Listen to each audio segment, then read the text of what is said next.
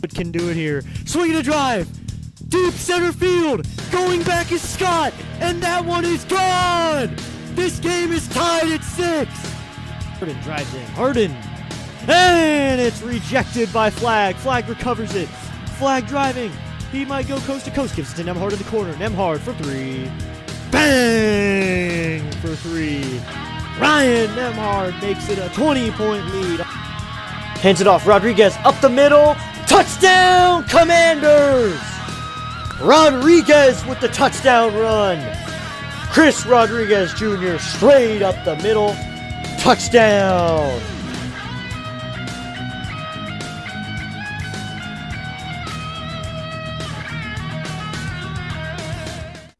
Welcome everybody to District Nation as we are here, everyone, for the first game of 4-game series. Wow, it took us a while to get here.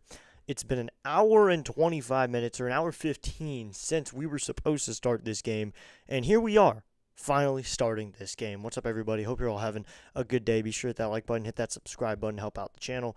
But the Nationals finally are getting some baseball in, and we got to ask the question, what is that going to mean for the team? I mean, hopefully Foster Griffin was not throwing that entire time. Hopefully Griffin only started his warm-up a little bit ago and just started throwing so we can get going. But this team today is going to face a bullpen game because the Phillies don't have a starter set for tonight.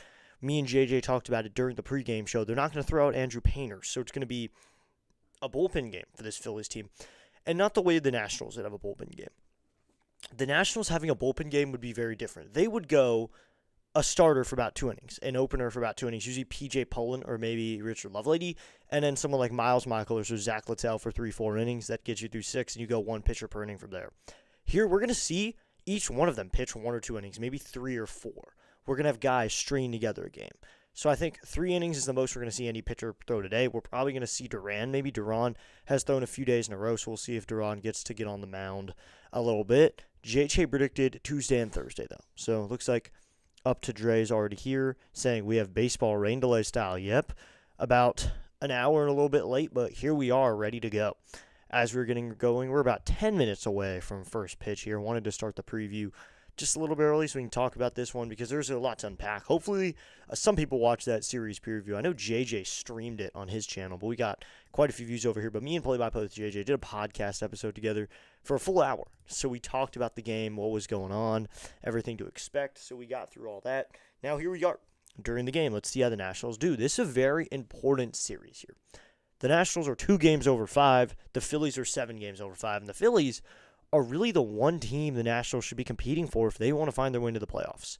One thing here, though, is the Marlins are not tied with the Nationals. The Marlins just went on another hot streak and tied the Nationals. So there you go. There's another team now in the running. I think the Marlins personally may fall off at some point, and we will still have the Nationals in the running. I think the Nationals are still going to be the team in the running with the Phillies. It's going to be the Braves, Phillies, Nationals, in my opinion. And the Nats, this week, could gain some ground on the Phillies. This is a week where it's direct competition. Every game the Nationals win, the Phillies lose, but at the same time, every game the Phillies win, the Nationals will lose. So it's about picking your games here. Hopefully the Nats can take 3 or 4 in this series, gain some ground on the Phillies, get to that 43-win mark. Basically, if you win this series, you're right there with the Phillies. You're maybe 1 game, half a game behind the Phillies if you win this series. If you tie it, no biggie. You're 1 or 1.5 games out. If you lose it, you find yourselves, if you only win 1 game in this series, 1 game over 5, they'd be, actually, here we go, they're at 5 if they go 1-3. And if they get swept this series, the Nationals will fall below 500. So this is a real series. Can we hang with the Phillies for 4 games? 4 full games here. What's going to happen? And this game 1, it's important. We do have the home field this week, but this is important. We're going to have to take the pace here. The Nationals need to find a way to grip this game by the neck and just win. Get on the board early. James Wood, hack early. These Phillies are going to come out early. This is a hot Phillies roster. I mean, you got Schwarber and Harper, the 2-3 punch. That is a really good 2-3 punch. And the Nationals are going to have to compete with that. I mean, they've got Abrams in the 4-hole, 1 in the leadoff spot. They've got a more righty lineup tonight because the closer, Meza, takes the mound for the Phillies. He's going to open this one up. You got Meade, Cruz, Young's back in the order. I'm really happy to see that. Ruiz and Smunez all in the order today. Guys who are all going to be righties for a good amount of the game. I mean, I'm just talking about Garcia Jr., or Ruiz and Nunez, 2 switch hitters who are going to hit from the right side, as well as Meade, Cruz, and Young, 3 other righties. So it's 5 and 4 here. It's pretty even, and it can switch back and forth. So it's always 5 and 4, basically, which is really good because when a righty comes in, Wood's a lefty. You get Abrams, who's a lefty, Lyle, then Ruiz, Garcia Jr., Nunez becomes 6 and 3. And I think having the lefty against the righty is a lot more important than having a righty against a lefty, in my opinion, for hitting-wise. I'd rather have more lefties against a righty than more righties against a lefty. I feel like these lefty guys do face a good amount of lefties here, but are good hitters or lefties. If we do have here, then if we do get a lot of lefties in the order, we're good. And looks like we got a couple people in the chat here. Let's go. Mr. C's here. I hate to be a Debbie Downer, but I'm hoping the Nats can go get 2-2 in this series. I think it's honestly more likely it's 1 and 3 or possible 0 and 4. Oh yeah, I'm hoping for a 3 and 1. I expect something around a 2 and 2. A 3 and 1 would be amazing. A 4 and 0 would be awesome Andrew Alvarez numbers, but 4 and 0 may not happen. But you get 3 and 1. We're good. That means we won the series from the Phillies. 2 and 2, we hung with them. And we show that we can hang with a playoff team. Rhino's here saying, hey, DN, what's up, Rhino? Thanks for tuning in. Rhino does football. He's got you covered. Football always. So go check out Rising Rhino. All things football, football, football. He does NFL. He's got you with UFL, CFL, college football, everything you need over there. Instead of doing specific teams, he does one sport. So there we go. We got a little more time here. But the Nationals here really need to dig in. If they can win this series, I think it's time to consider playoffs. I think it's time. If you really win this series, it's time to think at a bullpen arm because you can win this series with a bad bullpen. What can you do with a good bullpen? The question has to be asked. Taboni's doing this all with the no money he has. Obviously, the learners do not spend. But here you go. The Nationals now showing off that they're willing to play. They're willing to play with these not great players that have been developed. And I like that this team has been really developed from the ground up. We're seeing a very good roster being built of offensive players. I mean, James Wood, built up. CJ Abrams, I mean, we've had him since day one. We can call CJ Abrams our project here. I mean, he's been with us for a while. Abrams is our guy. We can take credit for Abrams. Rhino saying, what's good, All-Star? Hey, Rhino, how you doing? Hope Rhino's summer's going well. He's off from his teaching job for the summer. I mean, just looking at another one, Dalen Lyle developed through the running, and Dalen Lyle has found his way to the big leagues. So Dalen Lyle has found his way to that point. So everyone be sure to put, I haven't made a poll yet, so we got to do that real quickly, but be sure when this is put up to put who you think is going to win the game because I want to know who you're rooting for because we got Phillies and Nationals tonight. I know there's a lot of Phillies fans on the platform as well, but there's also a lot of Nats fans who have come over here. So there you go. The poll is now up. You can go over there. Tell me who you think is going to win today. Not the series, just today. We're going to think short-term here. Short-term gain here. Just tell me who you think is going to win.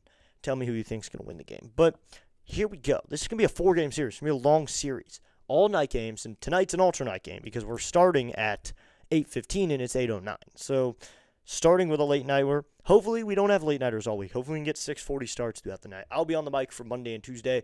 Wednesday, Thursday, Friday, we're covering the Babe Ruth League State Tournament with media's coming in and covering the state tournament. So Watch It Fly Media will be covering that the end of the week. We'll be back on Sunday for the Orioles game as I'm going to the game on Saturday with some cousins. So I'm excited for that. So here you go. We'll get started with the starting lineups in a little bit here. I just want to hit on Foster Griffin real quickly. 7-2 with a 3.32 ERA. Look at the boys he's going against. Schwarber and Harper in the 2-3. How is a guy like Foster going to compete against that? What are we going to see from the man, Foster Griffin, to compete with Schwarber and Harper? Big hitters, big punches there. And in the one-hole Turner, I feel like Turner won't be as hard because he's a righty, but I think Foster Griffin will find his way. But that 2-3 punch, just Schwarber and Harper, two powerful lefties facing a powerful lefty, and Griffin. Griffin doesn't overpower you with the fastball. He throws a lot of pitches. He throws 7 pitches. Rain delay, yep, we did have a rain delay, but now we are here back for 8:15 start. 8:15 is the scheduled start, 8:15 Eastern Standard Time. So we're going to get started right here as we're 5 minutes away from first pitch. Let's get started with the official starting lineups for today's game, starting with the visiting Philadelphia Phillies in the first game of this 4-game series. The Philadelphia Phillies, managed by Don Mattingly, are 42-35. They're 6.5 games out of first place, and on the road they find themselves at 19-16. Leading off is going to be the shortstop Trey Turner. Batting second is going to be the designated hitter, and that is Kyle Schwarber. Batting third to the first baseman Bryce Harper. Batting fourth is going to be the third baseman, Alec Boehm. Batting fifth is Edmundo Sosa. Sosa's the left fielder in today's game. Batting sixth is going to be Brandon Marsh, the right fielder. Batting seventh is going to be Derek Hill, another team. He was on the White Sox earlier this season. Now he's on the Phillies, and he's starting in center today. Batting eighth is going to be Bryson Stott, the second baseman. And batting ninth in today's game is going to be Rafael Marcan. He's the catcher in today's game. No JT in the order today. And on the mound for this bullpen game for the Phillies to start it will be Tim Meza. He's 2-1 with a 2.97 in his bullpen outings so far. Once again for the Phillies, that's Turner, Schwarber, Harper, Boehm, Sosa, Marsh, Hill, Stott, Marcan with Meza on the mound. That is the lineup for the visiting Philadelphia Phillies. And now, the starting lineup for your Washington Nationals for manager Blake Butera and your Washington Nationals. Leading off, the right fielder, number 29, James Wood. Batting second, the third baseman, number 45, Curtis Mead. Batting third, the left fielder, number 3, Dylan Cruz. Batting fourth, the shortstop, number 5, CJ Abrams. Batting fifth, the center fielder, number 30, Jacob Young. Batting sixth, the designated hitter, number 4, Dalen Lyle. Batting seventh, the catcher, number 20, Keibert Ruiz. Batting eighth, the second baseman, number 26, Nasim Nunez. And batting ninth, the first baseman, number 2, Luis Garcia Jr. And on the mound for your Washington Nationals, left-handed pitcher, number 22, Foster Griffin. That is the starting lineup for your Washington Nationals. I'm just realizing now we did make a mistake. It has been swapped recently. Nunez is now the 9-hole. Garcia Jr. is in the 8-hole. Positions stay the same. But there it is. Garcia in the 8-hole, Nunez in the 9-hole. Here we go, everybody. Let's get going. This one will get started a little late. But we're here for this Nationals game right here on this station.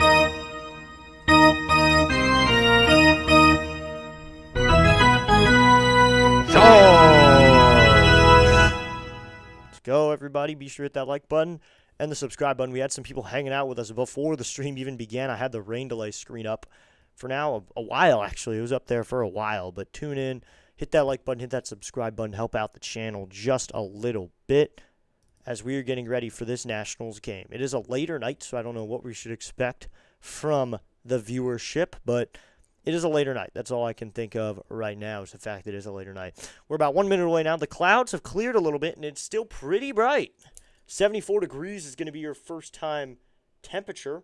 First pitch temperature, 74 degrees and cloudy for the forecast. Looks like there's not too many fans here. A lot probably left after that almost 2-hour rain delay. But here we are. It is cloudy above the sky. But the Nationals seem ready to go as they're ready for baseball. This game is about to get underway. It'll be Trey Turner, the former Nat, to lead it off for the Nationals. It's sad to see Turner leave. He was a part of that 2019 team. But here he is playing back in D.C. along with his buddies Schwarber and Harper, former Nationals as well. Turner's going to lead off. Looks like the Phillies are wearing their road gray uniforms, red and white trim, a little blue trim in there as well with the blue stars above the logo. So they're wearing the road gray. Haven't seen the Nationals jerseys just yet, but it's 8:15 now, and we have not started yet. So there you go. But they'll probably start a couple minutes late in that case. I am completely live as it gets because I'm watching on cable, so that's good.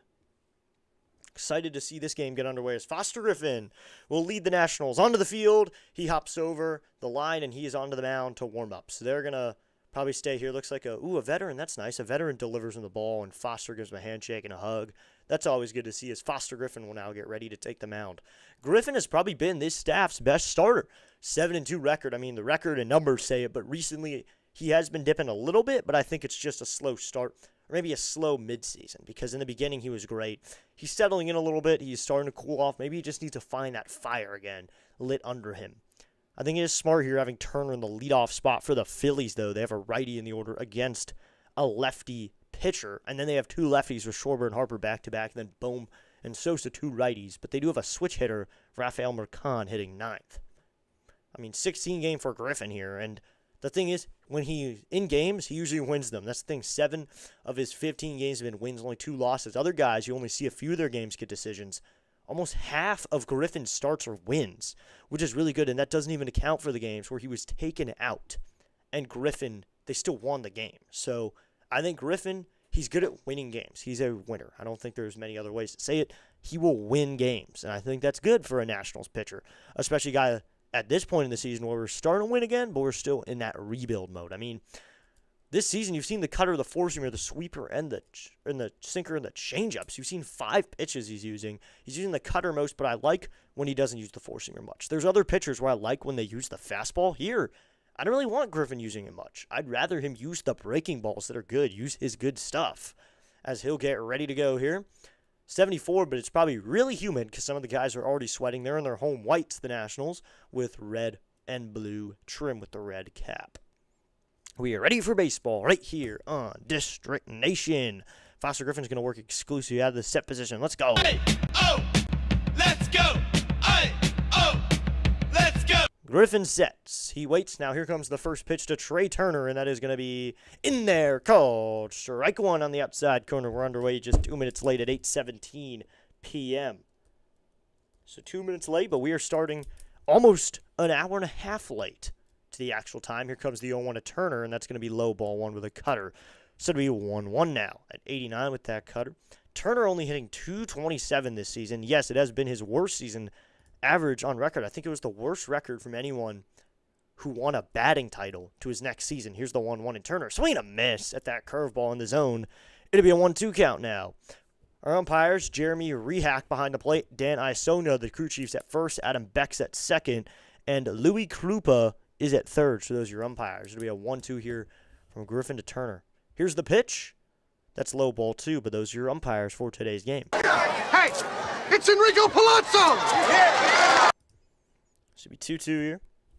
Thanks everyone who hung out in the chat in between, who hung out with us in the rain delay. I was in the chat just kind of hanging out with y'all. We didn't really come on microphone or anything.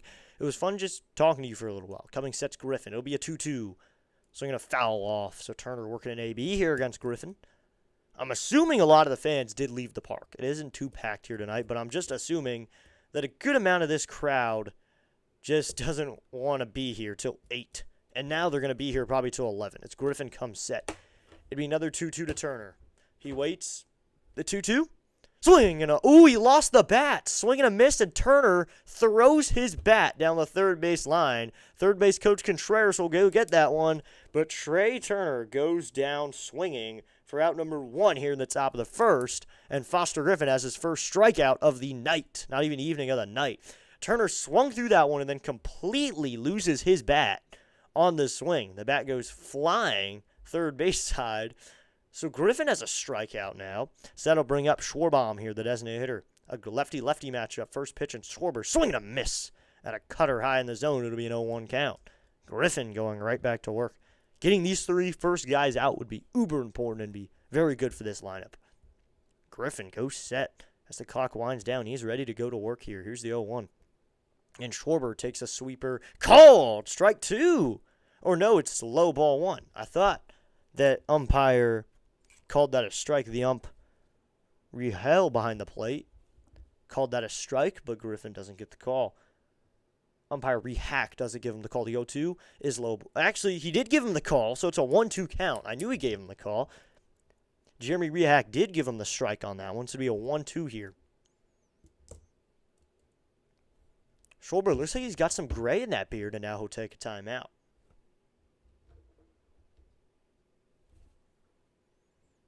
So to be 1-2 here. Griffin gets back onto the rubber. He's working quickly here. Immediately a 1-2 to Kyle Schwarber. Had a big series in Philly last week. And here's the 1-2. That's way low and outside ball 2. That chase sweeper that time, but he didn't go after it. So that'll even up the count to 2-2.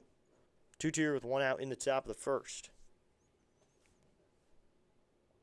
Yeah, Schwarber, there's a lot of gray in that beard. Does that mean Kyle Schwarber's finally aging as Griffin sets? Here's the 2-2 to Kyle Schwarber. Swing and a miss. He chases the sweeper outside. Foster Griffin back-to-back strikeouts here in the top of the first. Foster keeps him off balance. 2 strikeouts in a row now. So first, Turner goes down, and then Schwarber goes down. 2 strikeouts in a row. Foster Griffin is fired up to get this game going. Now he will face the hated Bryce Harper here with 2 outs. You can hear the boos at least, or now some claps, but I'm assuming a lot of this is boos. Yep, some boos behind home plate, but Bryce Harper will take to the plate. It's a lefty-lefty matchup. Griffin could really fire this place up if he took down Harper as well. Here's the first pitch to Harper, and it's outside, ball 1 with a cutter, and it's a 1-0 count. He could really fire this whole entire park up. The few people are here if he could strike out the 266 17 home run hitter Harper. Harper hit for the cycle last Saturday. Here comes the 1-0. Harper takes a sinker in there, called strike 1, so that'll even up the count. Griffin looks like he wants to do it. Let's see if he does do it. So it'll be 1-1 here with 2 outs in the top of the first. Coming set is Griffin. It'll be a 1-1 here to Harper. Here's the pitch. Harper swings and grounds this one. Oh, no, that's going to beat the shift. Meade was playing towards the shortstop position, and Harper hits a grounder down the third base line, and Harper has himself a base hit. Infield hit there for Bryce Harper because the Nationals decided to shift on him. Harper gets a pitch that he can just dribble down the line, so he has himself a knock here with 2 outs. In the worst way for a defense when the shift beats you. It's now to be Alec Boehm here. With 2 outs, Griffin steps back to the rubber. He comes set. He's ready to work here. He's working pretty well. It's the first pitch to Boehm, and that's low ball 1 with a cutter. So it'll be a 1-0 count here with 2 outs in the top of the first. 232 average for Boehm with 9 home runs, 41 RBIs, and a 6.55 OPS. Griffin sets. He waits. Now here comes the 1-0. In there, called strike 1. He goes to the fastball. Dots the lone out corner. So that'll even up the count to 1-1. That's the thing. You got to work hard on the mound for Griffin against this lineup tonight. But if he does this, then if he can really take these guys down, Griffin, he has earned respect in my book, and he already has earned it through the first few months. Here's the 1-1. So I'm going to fly ball, hit to left, going back to the left fielder Cruz. He's under it now, and Dylan Cruz makes the catch out there for out number 3, inning over. So 1 hit in the inning, and it happens to come from Bryce Harper. 1 man left on base, no runs. Went to the bottom of the first. It is the Phillies 0, Nationals coming up right here on District Nation. Thank you so much for tuning in. Live Nationals play-by-play. But that is, that 1 hit was kind of a BS hit. So I'm going to put it in my book as a Griffin 1-2-3 because that was because his defense was very well shifted. I don't know why we were shifted that heavily. Meade was playing the shortstop position. Third baseman Meade was playing aggressively at a shortstop position. I do not blame the pitcher for that one. He got 3 outs. Foster Griffin got 3 outs there. They just couldn't produce for him. So a technical hit in the inning, but looks like the views are already jumping up. We're already into the 200s in views, and it's the bottom of the first. We got plenty of people in the chat. Be sure to like it up and hit that subscribe button. We're at 9 likes on the stream so far. Bottom of the first, it'll be Wood, Meade, and Cruz for the Nationals. Cruz once again in that 3-hole spot. We saw him in the 3-hole earlier. It was in, I don't think it was in Tampa. It was, let me check here. I have my scorebook right here. Was it in the Royal Series? It was not in the Royal Series either. Was it in Mariners?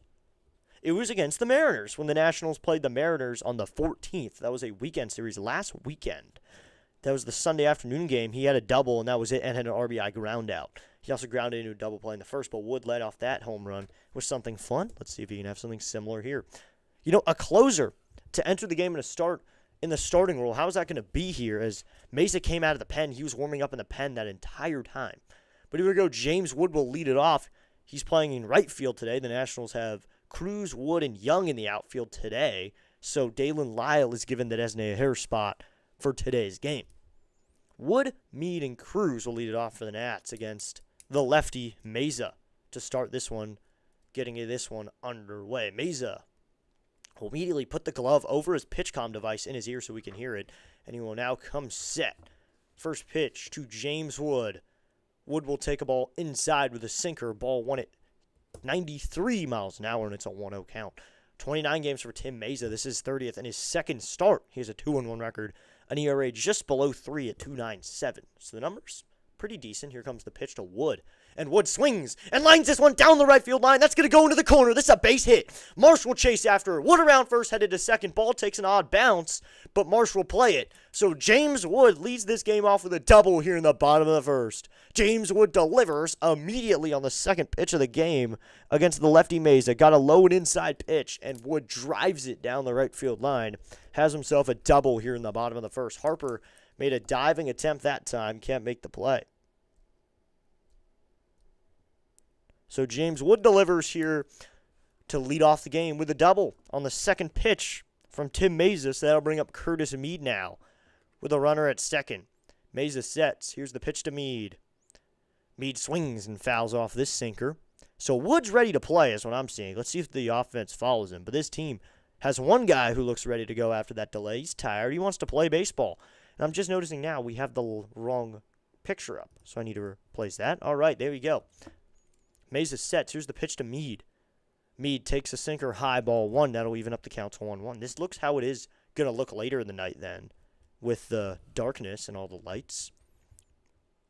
228 average for Mead with 11 bombs and 34 ribbies. Coming set is Mesa. Here's the pitch to Curtis Mead.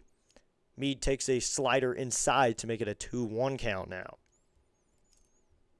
Mead at 228 with that average. He wears a red elbow guard on his front arm as Mesa, the lefty, facing Mead, the righty. They did put some righties in the order to tailor it against Mesa. We'll see where they go with the pen as Mead swinging a miss at a sinker up in the zone, so that'll even up the count.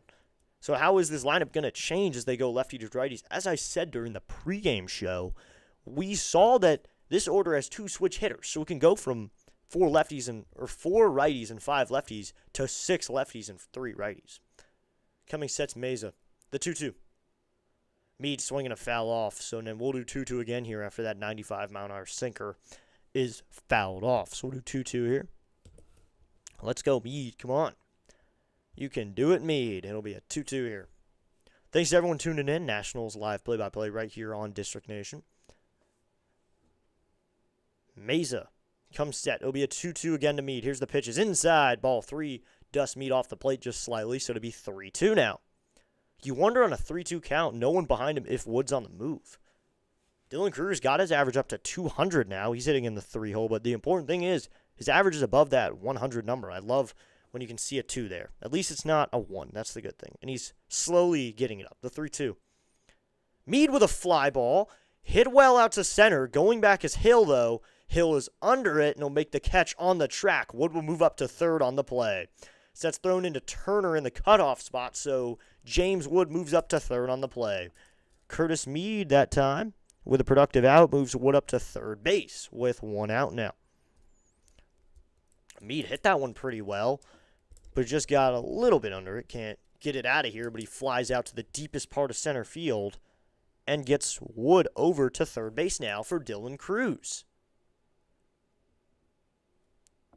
So Dylan Cruz, another righty in a row here. Mesa comes set. It is stirrups against stirrups here. Mesa wears stirrup pants as well as Cruz. Cruz swinging a foul off on a sinker. Hoof. He hit that one down the first base line hard. Thought that might have landed or stayed fair, but it does not, so we know 1 count. 200 average for Cruz. 5 home runs, 16 RBIs. Was called up after a play in Rochester, but he's called up and he's done decently well at the major league level. His average is starting to go up. Here's the pitch. Cruz swinging a foul back, and it's 0-2. I mean, that's how a lot of good players had started this season. I mean, Ruiz, look at that, sub-200 average, and now he's at 280 and could really be an all-star reserves conversation for how he's done so far.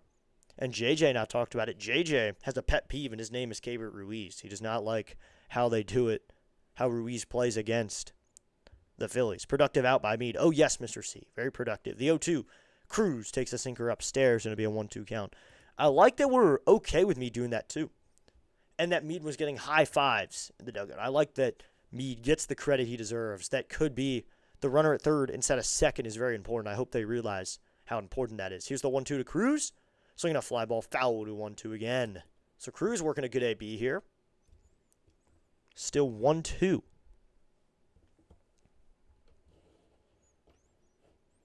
One, two here with 1 out in the bottom of the first.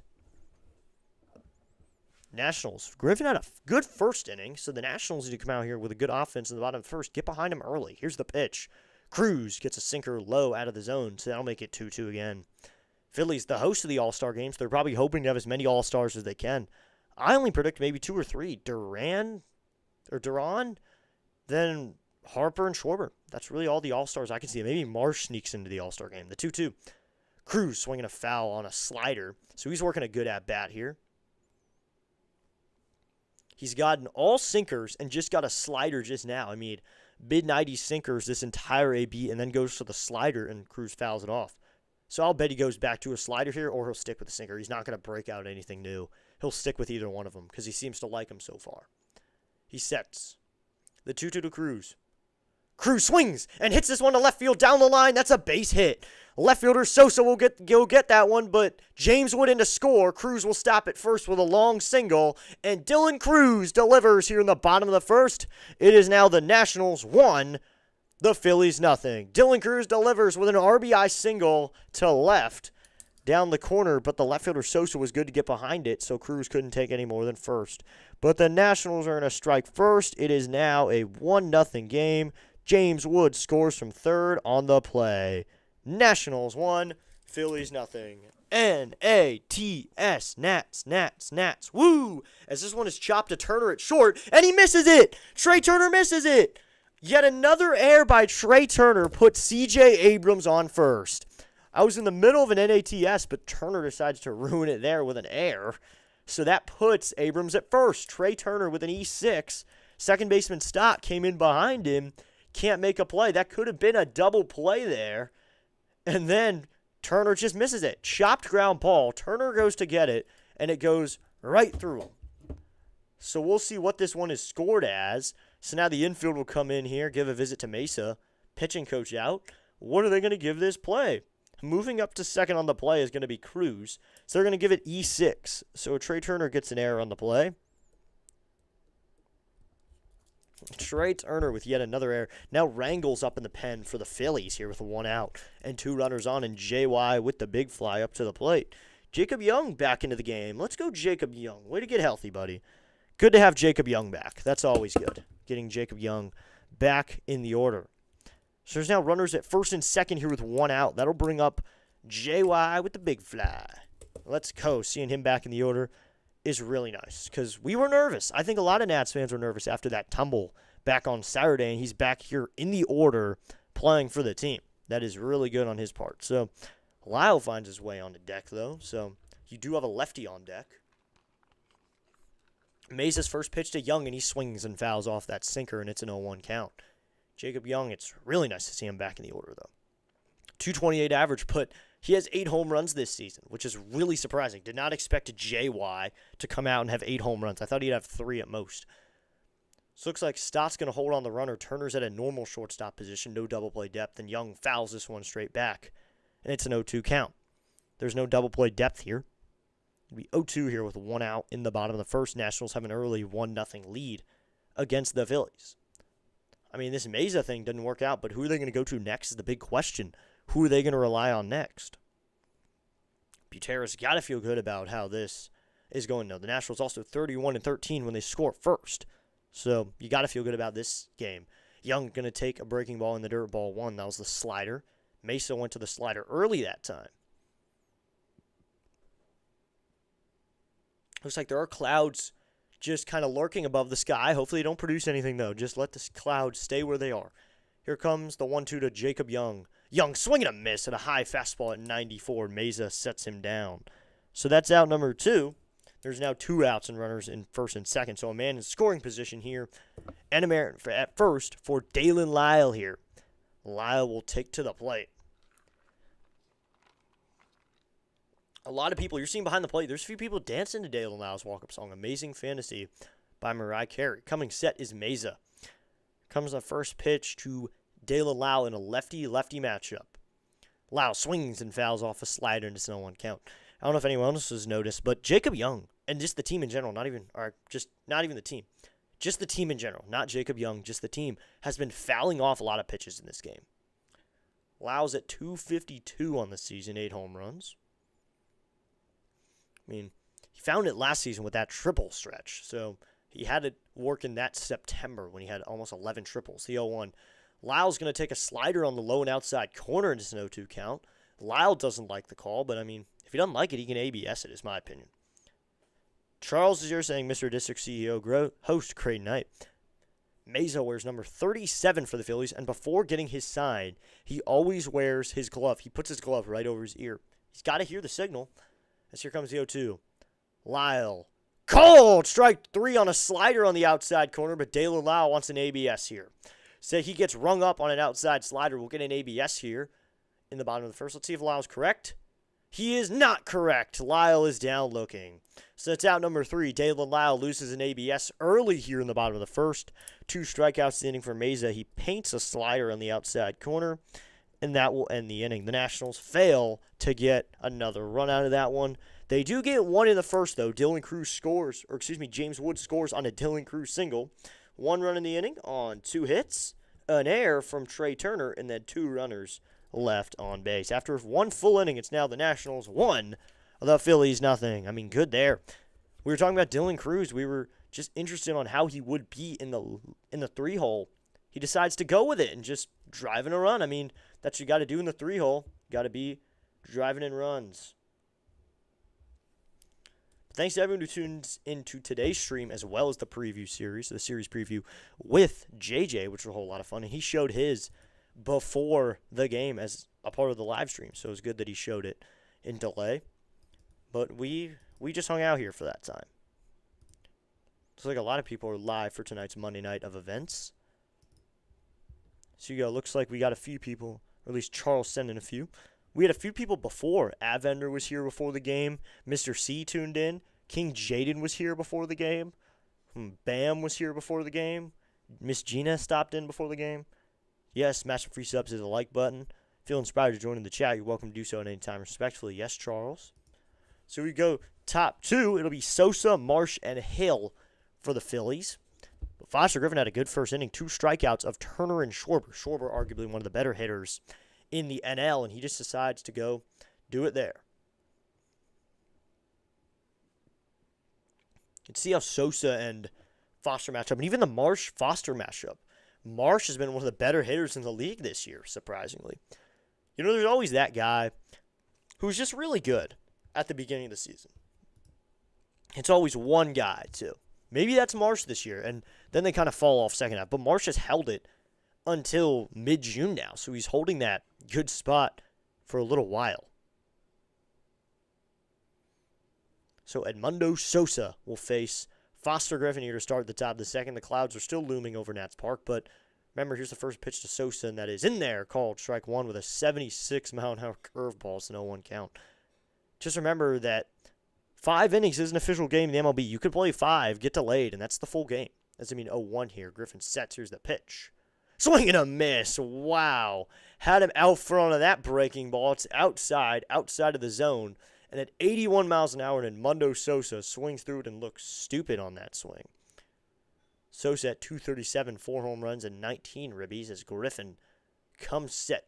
It'll be an 0-2 here to Sosa. He waits. Now the 0-2.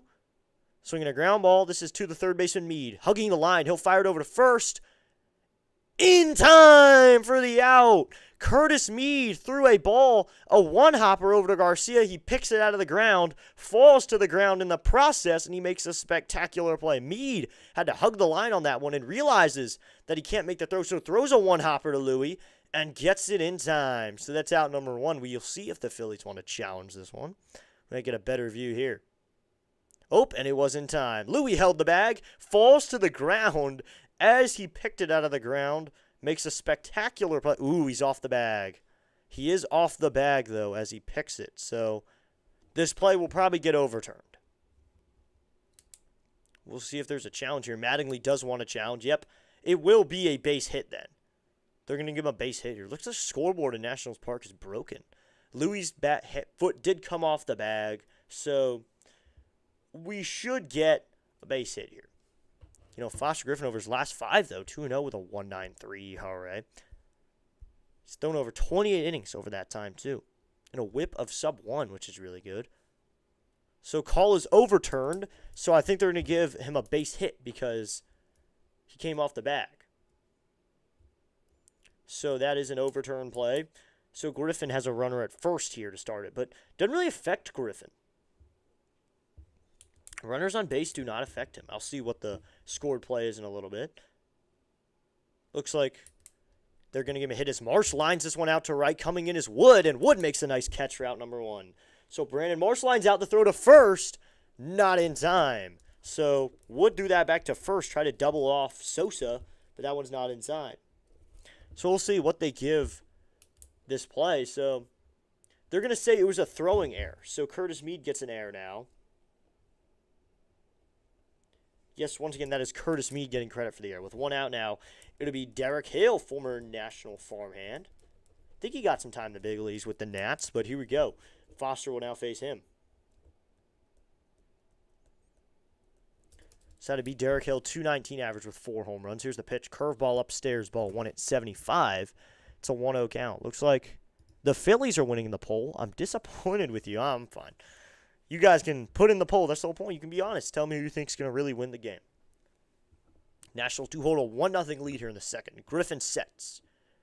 He checks on the runner at first. Now here comes the 1-0. Swinging a foul off on a sinker. So that evens up the count at 1-1.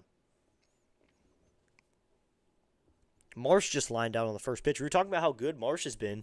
Can't really apply that to here in the second at least him in personal. Derek Hill used to be a White Sox. He played in Chicago with the White Sox when the Nationals were there. Now he's in Philly. He's been a journeyman this year. Here comes the 1-1. Check swing. Yes, called strike 2 with the cutter. Top part of the zone, it'll be a 1-2 count. Hill wants to know if it was strike swinging, strike looking. Looks like the umpire, Rehack, told him it was looking. Didn't even go for it. So he 1-2 here.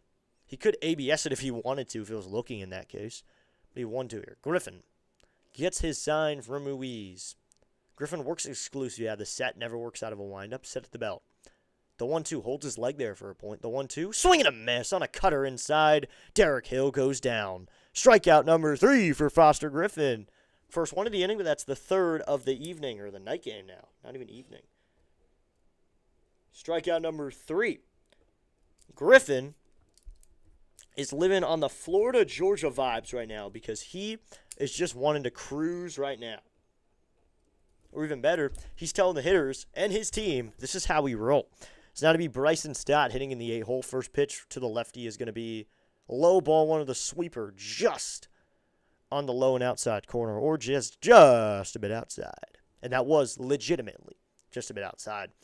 To Stott, who's 236, 6 home runs, 36 RBIs, as Griffin sets. Here comes the 1-0 to Stott. Is going to be in there. Called strike 1. Cutter clips the outer part of the zone. So it'll be 1-1 here. Lucky the Nationals have Mercan on deck for the Phillies instead of JT, with how good JT has been with the ABS challenges. He's been so good, yet the Nationals don't have to face him tonight. When he's back there, anything that is a strike will be a strike, because the 1-1's going to clip the low and outside part of the zone. It'll be a 1-2 count. So Griffin continues to live Florida-Georgia vibes out there with another cruise pitch. So Stott is going to call timeout here. So far, they only have 2 base runners. First one on a hit. The next one on an error. I mean, the hit was to Mead. That was barely a hit because of the shift, and then a Mead error. As Griffin sets, it'll be a 1-2 here to Stott, who hasn't swung the bat just yet. Here comes the 1-2 from Griffin. He waits, lets the clock die down. Here's the pitch. In the dirt, ball 2 with a sweeper. Stott does not go with that one, so it'll be a 2-2 count. I think everyone remembers Stott for his playoff heroics in Philly when the fans sang his walk-up song against the Marlins and he jacks a grand slam on a fastball inside. Probably the most juiciest pitch I've ever seen throw to a hitter in the playoffs. But first pitch of an AB, you're just trying to get a strike in there. Here's the 2-2. Swinging a foul off on a sinker, so do 2-2 again. At one point, I believe Stott was one of their most promising prospects, and now here he is at this level where he hasn't really produced much. I mean, 236 average this year in 2026, and he's been with the team, I think, for about 4 years now, since 2022. We'll check his numbers, though, as Griffin comes set. It'll be another 2-2. Here's the pitch. Swing and a miss at a fastball outside. Bryson Stott goes down swinging and throws his bat. But that is strikeout number 4 for Griffin. He struck out 2 in a row. First one of Derek Hill, next one of Bryson Stott, and get Stott to throw his bat away. That is out number 3, and that will end the inning. 1 error in the inning and 1 man left on base, a Curtis Meade error. We're done with a 1.5. We're to the bottom of the second. It's the Nationals 1, Phillies nothing. Right here on District Nation, you're tuned in. So we're going to check out Stott a little bit more because we were talking about him. Yes, he's been with the team in 2022.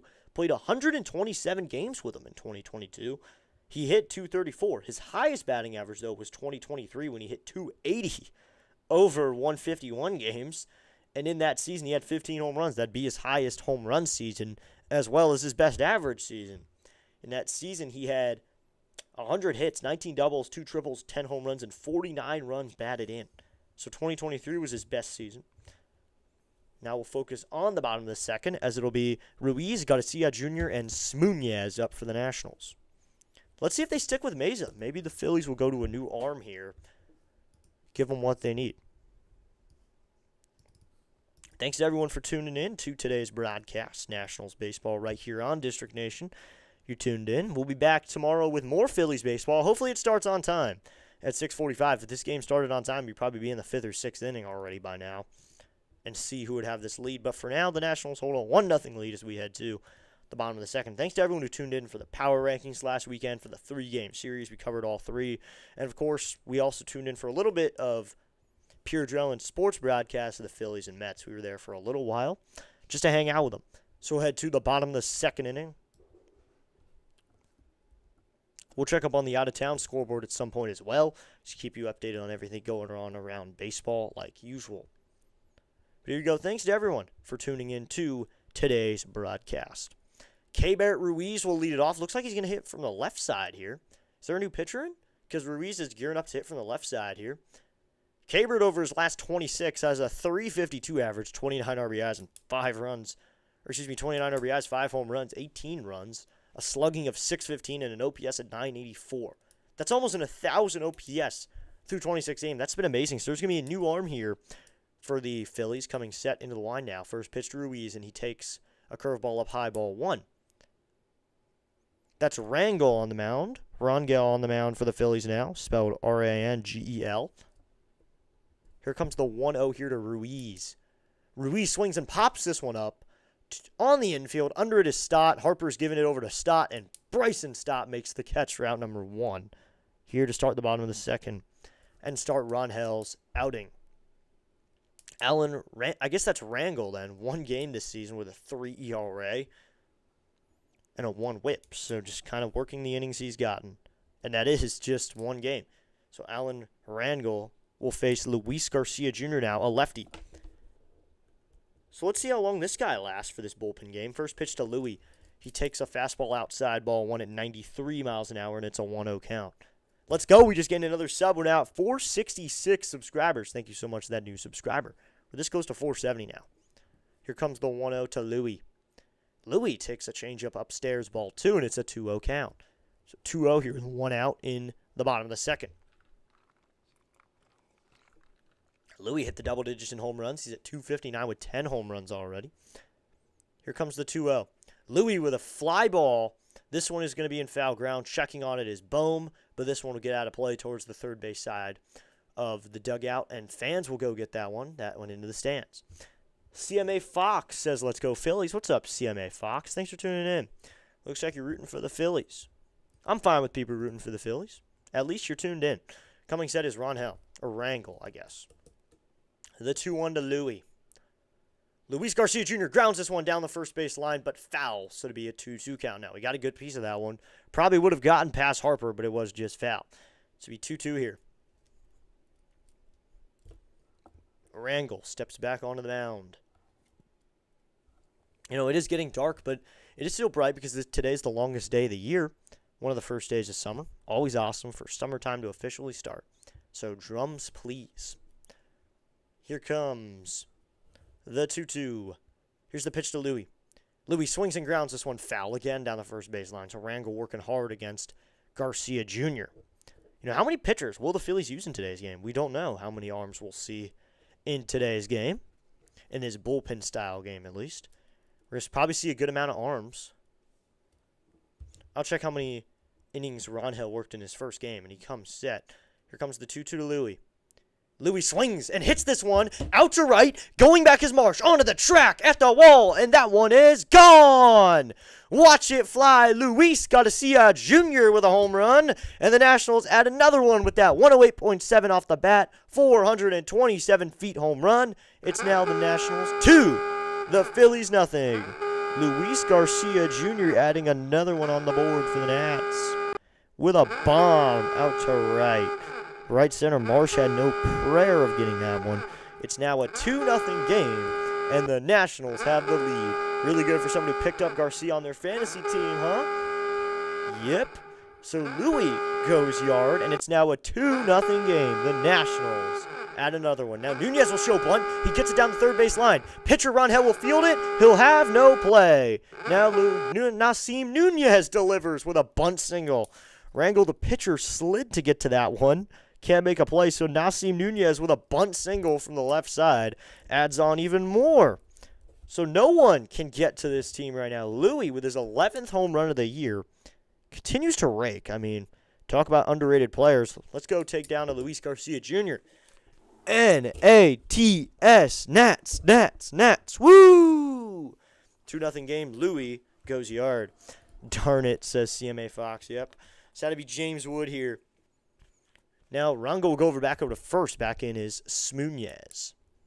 That's our nickname for Nunez here on the channel. I think that was just a me one. I know Mr. C was the one who came up with Can of, but I think Smoonez was just me. Same with, well, Disney also was a collaborative project because his name was Orlando Revolta. Here's the pitch to Wood. Wood takes a fastball right in there, called strike one at 92. Didn't swing at that one. If Wood took a big hack at that one, we'd be talking about a different game right here. Being 0-1 here. Rangel comes set. It'd be an 0-1 here to Wood, and Wood fouls this one off, and it's an 0-2 count. 0-2 with one out in the bottom of the second. Wood up to the plate. He's 1 for 1 on the day with a double. Nunez, though, with a bunt single just then. Throw him off after a home run. Go to the lowest of the low and land on a bunt and make Rangel work hard. Nunez getting a good lead here. He's got a really good lead here. Is he going to go? Here's the pitch. Wood takes a curveball outside, ball 1. Someone way outside and high, so it'll be a 1-2 count. Rangel struggling here. He gets the first out, but then gets Garcia Jr. to hit a bomb. Then Nunez with a bunt single. See if they can follow up with some more. 1-2 here with one out in the bottom of the second. Here's the pitch, and Wood swinging a miss at a changeup low in the zone. So Wood goes down swinging here. Strikeout number 1 for Rangel. Out number 2 in the inning. So that'll bring up Curtis Mead, the third baseman. Looks like it is a really nice night sky here, though. It's really a beautiful night in D.C. Seems like a good night to watch a game. So it'd be 226 average for Mead. Flew out, but got Wood move over to third. Rangel sets. Here comes the pitch to Curtis Mead. In the 2-hole, over back into first is Nunez as Rangel throws over to first. But Nunez dives in second time this inning now. He's worried about Nunez. Smoonez can run at any point, though. CMA asks who is pitching for the Phillies. That is Alan Rangel. Alan Rangel for the Phillies. Here comes the pitch to Mead. Mead swinging a foul first base side. Running over is Harper in foul ground. And Harper makes a nice catch. Sliding. Makes a basket catch kind of for out number 3. So Bryce Harper out there makes a running back. Had to run looking over his shoulder. Makes a little basket catch there for out number 3 in that one in the inning.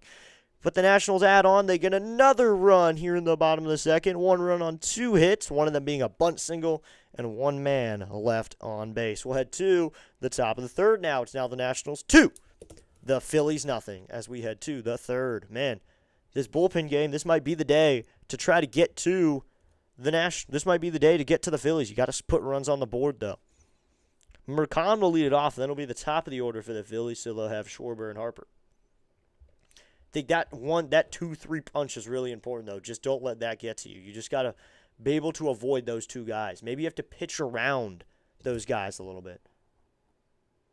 For the first time, I put Phillies for the win in the poll. For the first time, you put the Phillies. Now that I put the Phillies in the poll. Yep. First time you ever put the Phillies in the poll, the Nationals decide they're going to show off a little bit. Well, the Nationals, they're having a projection of power here in these first 2 innings at least. Let's go.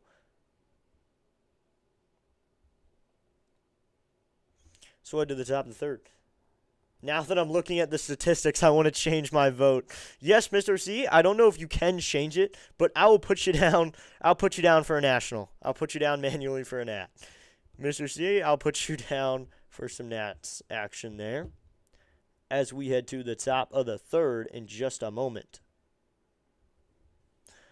Let's go Nats, though. Going right to work. Yeah, they were talking about duos, though, in baseball, and today on the pregame, and JJ brought up Turner and Harper, or Schwarber and Harper. I didn't have time to bring up Abrams and Wood. I mean, good duo is Abrams and Wood. Just talk about those two guys. Two very versatile young guys who are going to be stars in the league, and maybe even next year we could see them be absolute stars. Griffin sets. First pitch to Mercan is in there, called strike one. Mercan's going to hit from the right side here. Catcher. Only guy really got to Foster Griffin in that opening day game. The only one who hit a bomb off him. Here's the 0-1. Mercan swinging a pop-up foul on a changeup, so it's no 2 count. Mercan has a 97 average. No, not 970, not 297, 97, like 097. 9 balls, 24 strikes to get it going for Griffin through the first time through the order. That means he's averaging about 4 pitches to each hitter. Griffin sets. 0-2 to Mercan. High ball, one with a fastball. Wanted him to chase that 91 fastball up in the zone, but Mercan is smart enough to lay off it. So it'll be a 1-2 here. Rafael Mercan, a 97 average, 2 home runs, and that's basically it for him with a few RBIs as well. The 0-2, swinging a ground ball up the middle. Abrams can't get it, and that one's into left center field for a base hit. So Cruz will grab this one out in left center. Mercan has a base hit to start the top of the third. So Mercan continues to prove that the only guy he can get hits off of is Foster Griffin. Why did it have to be a guy on the Nationals? The next new Nat killer is going to be a guy who has an average of 97. Well, he has limited at-bats, too, because you got to look at the fact that he is facing time with JT Realmuto. First pitch to Griffin from Turner. First pitch to Turner from Griffin is going to be fouled off. Must be really hard to get a lot of time if you're trying to split time with JT Realmuto, considered one of the better catchers in this league. Griffin comes set. Here comes the 0-1, and that's high ball one with a splitter. Mercan, though, finally got a hit. They must be happy about that. Discipline is the bridge between goals and accomplishment. Let's go. It'll be a 1-1 here. Here's the pitch to Turner. Turner swings and grounds this one. Meade has it. Goes to second for 1. To first for 2. Not in time. Turner still very fast. Beats that one out. So there's just 1 out on the play. Mercan is taken out. Butera does not want to challenge. So that's going to be a fielder's choice for Trey Turner. Fielder's choice, 5-4 on the fielder's choice. I mean, that would look like a hard double play anyway. Meade went to second, and then Nunez had to go to first quickly, so they can't turn it, as Turner is very fast. But there's 1 out now. Turner on first. That'll bring up Kyle Schwarber. Support and contributions on District Nation Network is greatly appreciated. You're valued indeed. Thanks. Despite being up 2-0, ESPN has the Nats win percentage at only 70. Griffin, first pitch to Schwarber is going to be a sweeper inside, ball 1. Yep, it's hard to get Turner on a double play. Yeah, we remember when Turner was fast and furious. We remember when Turner was very fast. I think he still is very fast, though. And CMA saying, yeah, Turner, he barely beats that one. Yeah, it is very hard to get him on a double play. Very fast. 29 home runs for Schwarber already. I think at least 4 of them came just this last weekend. So he had a good weekend. I'll just say that. Here comes the 1-0. Schwarber swinging a miss. Had a cutter, and that evens up the count. I fear a Schwarber bomb coming. Yep. Well, I think if there's one guy that you want, especially in the national staff, you want facing Kyle Schwarber 3 times tonight, I think we can both agree it's probably Foster Griffin. As Griffin comes set. Here comes the 1-1 to Schwarber. Swing and a miss at a cutter outside. So as I expected there, Griffin goes outside with the cutter. Just don't go inside. Just don't go inside, and this team should be fine. I'm disappointed by this, though. The win percentage is only 70. I mean, it's early, but I feel like by this point, the Phillies already have a 99.99992% to win the game. Griffin comes set. It'll be a 1-2 here to Schwarber. Here's the pitch. Griffin holds his leg there. Here's the pitch. Swinging just a bloop out to center. Going back is Young, and Jacob Young will make the catch out there in center for out number 2. Jacob Young going to move back a little for a pitch that Schwarber reaches out and just touches, but he's so strong that a little touch gets out to pretty well out to center. Young doesn't go anywhere near the warning track, though, so there's 2 outs now. Griffin working well after giving up that hit. So now to be Big Bryce here. 269 average, 17 bombs for him. OPS at 900. He's 1 for 1 with a single. Coming set is Griffin. First pitch to Harper. And Harper swings and fouls this one off. MLB StatCast has CJ Abrams slightly slower than Turner. 30.1 FPS versus 30.3 FPS. Wow. Because probably Turner has a lot more opportunities to sprint because he's stealing a lot more bases this season. As you've noticed, Abrams hasn't stolen as much. That is not right. Here comes the 0-1 to Harper, and that's outside ball one. Mr. C, I'm saying your numbers are correct, but I don't agree with them at all. There's no way that Bobby Witt and Trey Turner are even speeds. That is just not it. Trey Turner and Bobby Witt are not the same speed. Bobby Witt is so much faster, and Turner would probably be better at short if he was faster. The 1-1 is grounded down the first base line. Garcia makes a leaping play on a ground ball, or a chopper, and he gets the play on a 3 unassisted for out number 3. Luis Garcia Jr. leaped for that chopper, makes the play, and that it will end the inning. 1 hit in the inning, and 1 man left on base in Turner. So we'll head to the bottom of the 3rd. It is still the Nationals 2, Phillies nothing. So Griffin's worked 3 good innings so far. I mean, last rain delay, it happened mid-game, and Foster Griffin was the guy on the mound. He had to be done after 6 innings. Or I believe it was Irvin, yeah. Let me check. Or is Irvin or Griffin? I don't remember which one, though. I can check here, though. I have all the Nationals score sheets right here. It was Irvin, 5 innings shutty. And then Griffin goes 6 innings shutty. So you had 11 innings shutouts from your starters, Game 2 and Game 3 of that Brave series. I agree. Same with the guy who just ran that inside the park home run sub 14 seconds. Surely he's faster. Yeah, he probably is, and don't call me Shirley, but I think that maybe we should put Corbin Carroll up there. Maybe Carroll, PCA, but not Trey Turner. I think that might be all-time. Maybe they're accidentally putting in all-time numbers. Maybe not Turner this year. But I feel like PCA and Corbin Carroll, as much as I don't like PCA, he probably is faster than Turner just because of how aggressive he is. Same with Carroll. I mean, probably Nunez, too. Nunez is probably faster than Trey Turner. Nunez is probably faster than him because Nunez is also a lot more aggressive. Airplane, yep. Got to throw the airplane reference in. And just a reminder, everybody, it just showed on my broadcast. So I'm going to throw it up on ours. Please go vote for CJ Abrams and James Wood. MLB.com/vote or scan the QR code so you can vote. Abrams is first once again in the new polls, but now Wood's still in 7th, which I really don't like because it'll be Dylan Cruz here to lead it off for the Nets. Yeah, PCA is blazing fast too. Yeah, he is. I think he's significantly faster. Now Rango will work a 2nd inning here. Here's the first pitch to Cruz. Cruz takes a curveball, clips the top part of the zone, and it's an 0-1 count. You got to vote these boys for All-Star. Maybe 0-1 here in the bottom of the 3rd.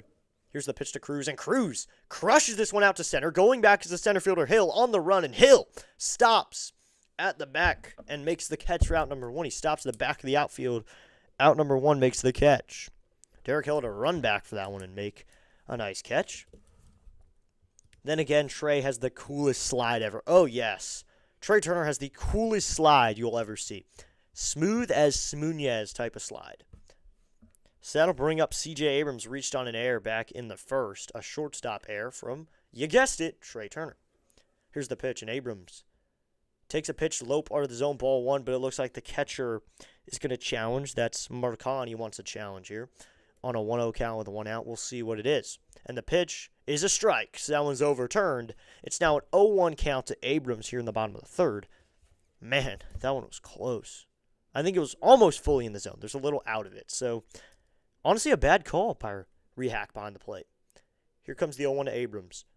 And Abrams swings and grounds this one. First baseman Harper has to cover. We'll throw it over to Rangel covering, and that's out number 2. Harper makes a good play having to range over. And Rangel covers the bag. So that's out number 2, and that'll bring up JY, who does not have a big fly. So Jacob Young will take to the plate.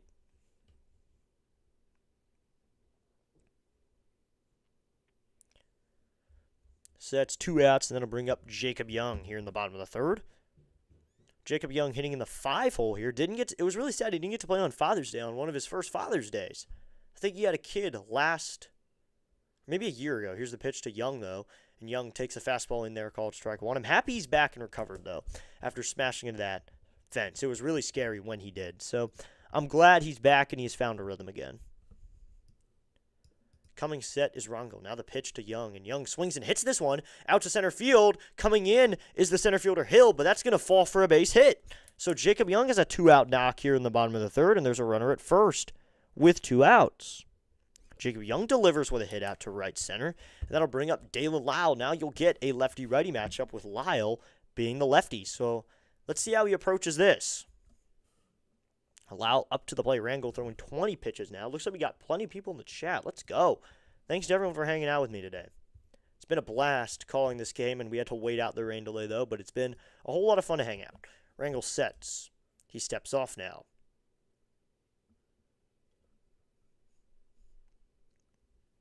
Rangel comes set. It'll be the first pitch here to Dalen Lyle. Here's the pitch. Lyle takes a slider inside, ball 1, and it's a 1-0 count. Be sure to tune in with us this Wednesday through Friday. So all the games, there has been a schedule change. Traveling tomorrow, so signing out soon.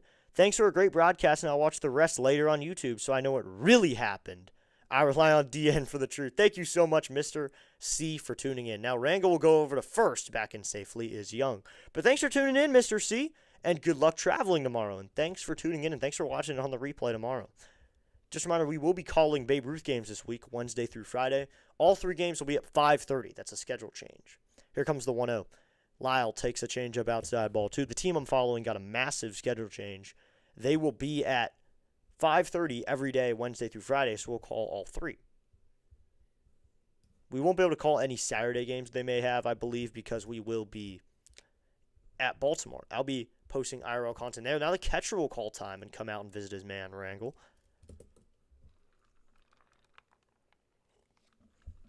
I know a few games have been postponed today, but we can check up on what's going on around the league and games that have finished and such.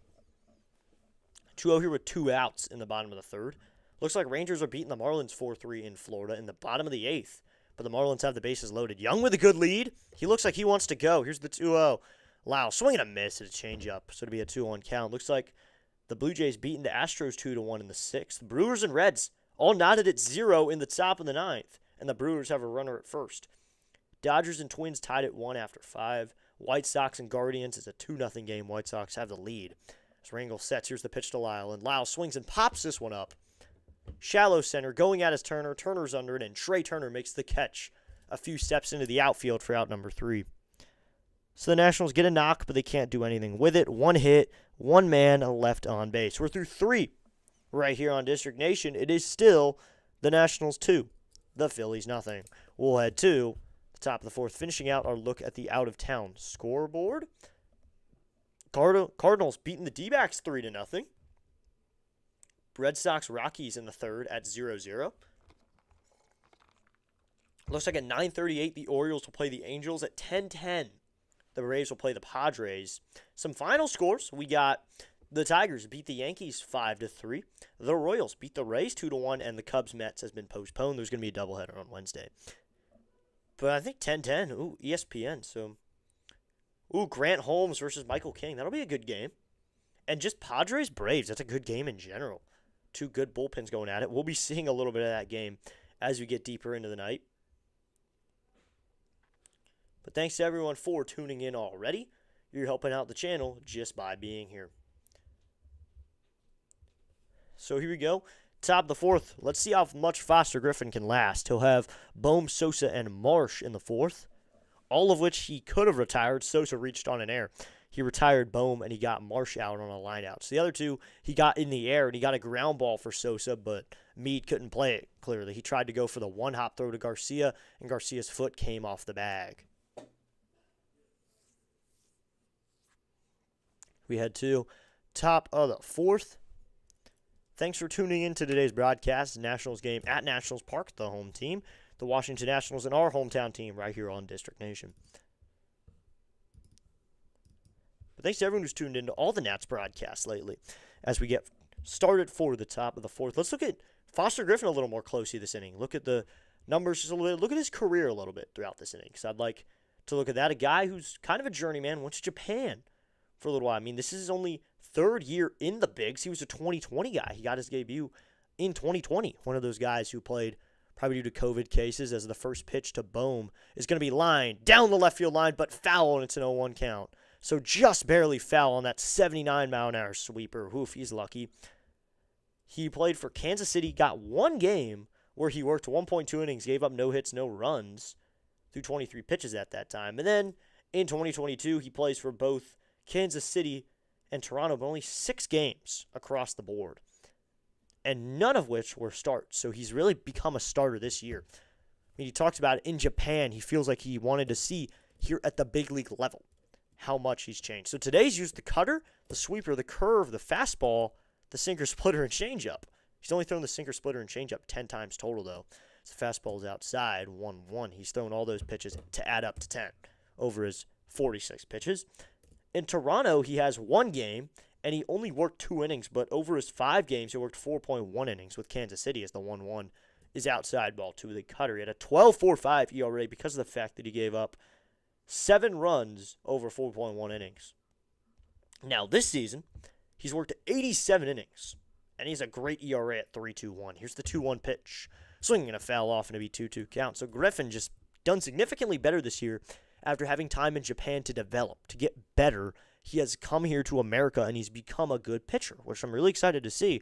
He did it with the Nationals. I mean, his fastest pitch tonight's been 93. He's been up to 93, and he's shrunk down to 75. So let's go Foster as Griffin comes set. It'll be a 2-2 here to Bohm. Griffin set at the belt. Here's the pitch. Swinging a ground ball foul on a chopped changeup. So 4 strikeouts for Griffin in tonight's night game. So far, he has 9 swing and misses on the day, and 2 of which were cutters, or 3 of which were cutters. 5 cutters, but 2 of them for Ks. The 2-2 is fouled off. That's another cutter there. So the cutter's been a swing and a miss pitch a little bit, but Bohm seems to get it right here. Bohm in the cleanup hole for the Nationals. He's having a decent season so far. He's 0 for 1 in the day, though, with a fly out. It'll be a 2-2 again to Bohm. Griffin now at 51 pitches. I love when this dude just has a good 5 or 6 inning game. It's going to be a 2-2. Here's the pitch. Swing and a miss at a high splitter. That time, Griffin goes to the split, up and out of the zone, and Bohm goes down swinging. Strikeout number 5 for Foster here in the top of the fourth. Foster Griffin continues to have the swing and miss stuff here. They can't touch it right now. So that splitter works for the K. So that'll bring up Edmundo Sosa, who had reached on an air. Here's the pitch, and he pops this one up. Right field, but that one will get out of play. It's an 0-1 count. I mean, Griffin is my favorite guy out of the staff right now. Foster Griffin is just the guy to watch right now. So, I mean, 0-1 here to Sosa. Griffin sets. Here comes the 0-1 to Edmundo. That's going to be swung on and fouled off on a cutter. I mean, Griffin's okay with the foul balls. I think he sees them like any other pitcher does. It is an out. It is a strike. It is a long strike. A foul doesn't need to be anything good. You just got to see it as a long strike. He is an 0-2 count on Sosa. However he got it, he got an 0-2 count. So Griffin sets. Now Sosa takes a timeout. If you didn't see the news, that DJ Hurst got an MRI and he is still injured, which is really sad, to be honest. I mean, he has he strained a flexor muscle while on a rehab. As we know, 0-2, here's the pitch from Griffin. Swing and a miss at a changeup way low and outside of the zone. Strikeout number 6 for Foster. Another swing and miss. 3-pitch strikeout of Sosa that time. Goes to the changeup low and outside, and Sosa can't hit it. That was way out of the zone. Got Sosa chasing on that one. 2 strikeouts in a row for Big Griffin now. He has 6 on the day. So now it's going to be Brandon Marsh here. But Foster just dominating the swing and miss here. But now a lefty-lefty matchup. First pitch to Marsh. Marsh is going to take a fastball. Called! Strike 1 high up in the zone. That was not in the zone. That one was not touching. Not a strike, but Marsh doesn't want to challenge it. It'll be an 0-1 count. Good pitch there from Griffin. He somehow gets the call, the 0-1. Marsh takes a curveball in there, called strike 2. It's an 0-2 count. So immediately has Marsh down to 0-2. He's hitting .309 with 9 home runs. He's one of those guys who's had a great start here. A .300 average. Here's the 0-2. Outside, ball 1. Griffin tried to quick pitch him that time. Waited till the minimum 1 second wait and then immediately went to the plate, but he can't get the call or even the swing. I bet he goes to the sweeper right here. Get Marsh to chase. Griffin sets. He is messing with the guy's timing here. Here's the 1-2 in the dirt ball 2, the sweeper, so it'll be a 2-2 count. That's something Griffin has done. He's been lifting up his foot and going immediately to the plate, and at the same time, he'll go slow. And he'll hold it there, too. He'll mess you up. He'll go from one pitch to holding his leg there for a second or two to immediately going to the plate after coming set. So he'll mess with counts a lot. Mess with your timing. The 2-2. Swinging a foul off, so that sweeper's fouled off. So we'll do 2-2 again. The question's got to be, though, how long did Foster warm up before this game due to the delay? He's at 60 pitches now in the fourth. What's going to be his limit today? I mean, if you can do this against the Phillies, we are fine with what your outing is, though. We don't need 8 innings out of Griffin. I mean, a 5 or 6 good innings would be great. The 2-2. Swing and a miss at a fastball at 93 miles an hour. Foster Griffin goes right in the zone and strikes out the side. Strikeouts number 5, 6, and 7. Foster Griffin gets 3 strikeouts in the inning, and that will end the inning. Foster Griffin, 3 batters faced, 3 strikeouts. So Foster Griffin is just dominating the Phillies here through 4 innings. He has 7 strikeouts. He's given up 2 hits. He's scattered 2 hits over 4 innings. They can't touch him. Why not just, what are you doing here, boys? Gotta ask the question, what are you doing, gentlemen? So we head to the bottom of the 4th. Mr. C is back.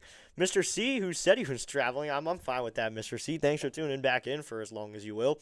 3 strikeouts from Foster Griffin, and those are the right words to use. Holy cow. 3 strikeouts right in the zone. Or, excuse me, right in there. I mean, sometimes he went out of the zone. What's Griffin's nickname? We don't know yet. We don't have a nickname for Foster yet.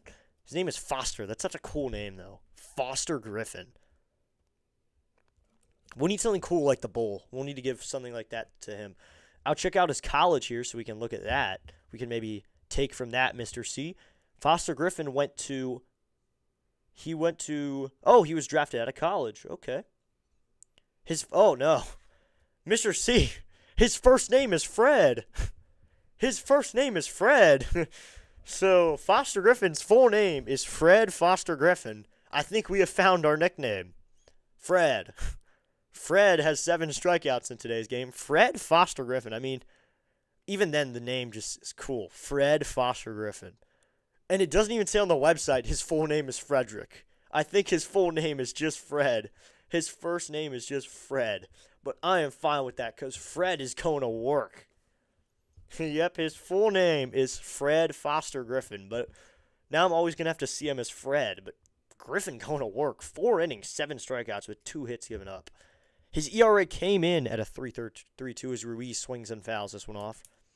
Fred, yes. Fred is his nickname. But Ruiz up to the plate. Griffin started with a 3.32 in this game. He's at 3.17 now. Consistently one of the top ERAs in MLB right now for lefties. Among lefties, one of the top in NL. I mean, Sanchez above him. Lefties at least.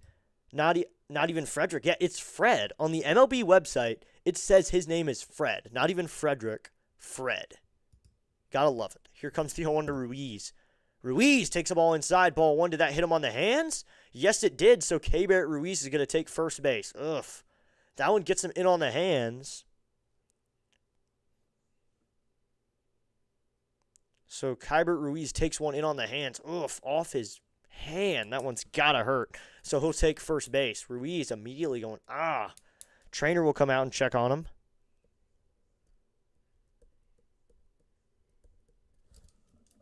We can do a Wilma chant when he pitches. Ooh, Wilma.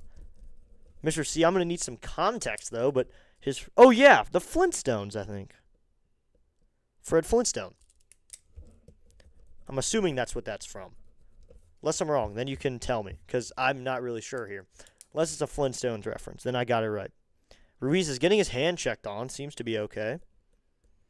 I think we might see Millis turning this game. Ruiz finds his way on. So that'll bring up Louis to the plate. Luis. Fred donations. Well, we got Fred for his nickname, but Fred has worked 4 innings. Shutty. Good work from Fred. I mean, similar to what he did to the Braves. Oh, Flintstone, not donations. Yeah, Fred Flintstone. I thought it was. So now to be Louis up to the plate, 263 with 11 home runs. He has a homer in this game coming set. The pitch to Louis, and Louis takes a ball in there, called strike one with a curveball at 74. It's an 0-1 count. Louis, 1-for-1 with a bomb. As Soto would say, bomb. Better yet, yabba dabba doo. Yes. The 0-1 to Louis. Louis fouls this one off on a fastball, and it's an 0-2 count. Hey, yabba dabba doo. So, Fred works 4 innings. Yabba dabba doo. But Louis didn't even really have a home run swing on that one. Kind of reached out a little bit. His swing, it always looks like he's a little out in front, though, and I like that about him.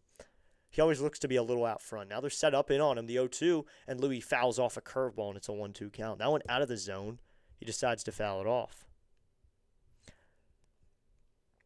So his nickname is Yabba Dabba Doo, or just something we say when he does well. I'll say that if he gets a strikeout.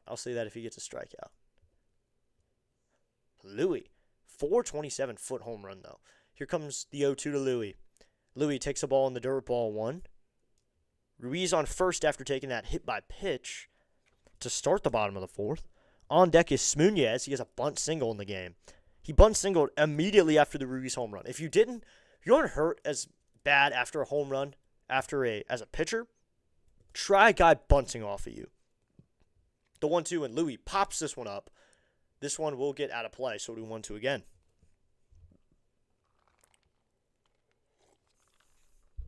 Ooh, that one got up to the 200 section. So do 1-2 again. Looks like some Philly fans are up there. I mean, Phillies fans are everywhere. I mean, they just happen to be everywhere.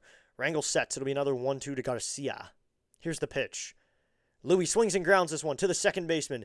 Stott, he'll go to second. Turner to first, and he will not go to first.